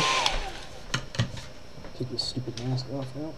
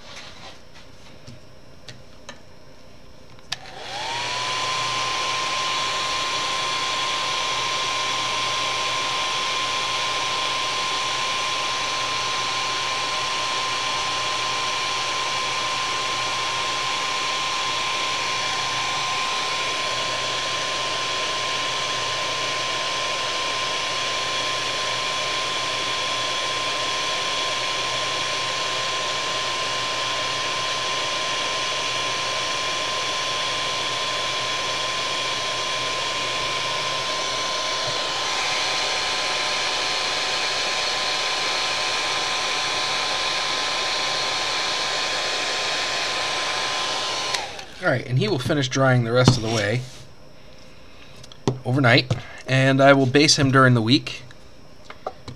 And when he's finished, I will upload some photos to my Instagram. You can follow me there at TheDungeonMattster. And I have a Twitter too, but I don't use that very much, so I won't bother plugging that. Patreon is not working right now, so the best way to support the channel, if you'd like to support the channel, if you like what I'm doing, is to just make a small one-time donation to the paypal.me/TheDungeonMattster. There's a link below in the description if you like what I'm doing and you want to help the channel do better. This guy came out pretty good. We spent 3 hours painting this guy. I know people who can do this a lot faster than me, but that's okay. I'm not them. I love how his face came out. He may be one of the best faces I've ever painted. I like the color scheme I chose for him. It looks like a natural clothing style. The coat actually did come out okay. It's kind of cool. It has kind of like a, almost like a camo pattern to it. I kind of like it. I like the ropes and stuff on the crossbow. Those are really nice little details. I see a couple of things I could have done differently. I could have put some blue in the lenses of his mask for glass, but I can still do that. Gauntlets came out looking really nice. You can see the contrast and the detail on those. You can see the buttons on his shirt really well. I did pretty good on those. Overall, I'm really happy with how he's come out. Now, I think his base, I'm not going to do him on a standard kind of earth base. I might do him on kind of like a futuristic base. Like grading or something like that. Throw down some granny grading or something. I don't know. It's new to me. It's all still kind of new to me doing this level of detail with miniatures. So I'm not cynical or jaded with any of it yet. It's all still kind of new and fun. So I'm kind of enjoying this, and I just want to thank everybody for all the help that they've given me, especially the Tabletop Crafters Guild. I learn a lot from watching the posts in there and stuff, and watching the videos online posted by Miniature Maniac and Luke's APS and people like that. Dr. Faust Painting Clinic is somebody that I've been watching a lot of lately, and he's been a good help for that. So thanks everybody who watched. If you're not already a subscriber, I encourage you to subscribe to the channel. It helps the channel do better. And until next time, I will post, try to get this stuff updated. I kind of was a last minute decision to do this. I try to get this stuff posted sooner so that you guys know when I'm going to do it, so it's not a spontaneous thing. But hey, I think I had 10 viewers at peak, maybe 11 today, and that was, I think, the highest I've ever had at one time. Kind of here earlier in the beginning, I had 13. Since I had 13, that's the most I've ever had on a live stream, so that came out pretty good. So thanks everybody for stopping by. I've been your friendly neighborhood Dungeon Master. Till next time, see ya. Peace.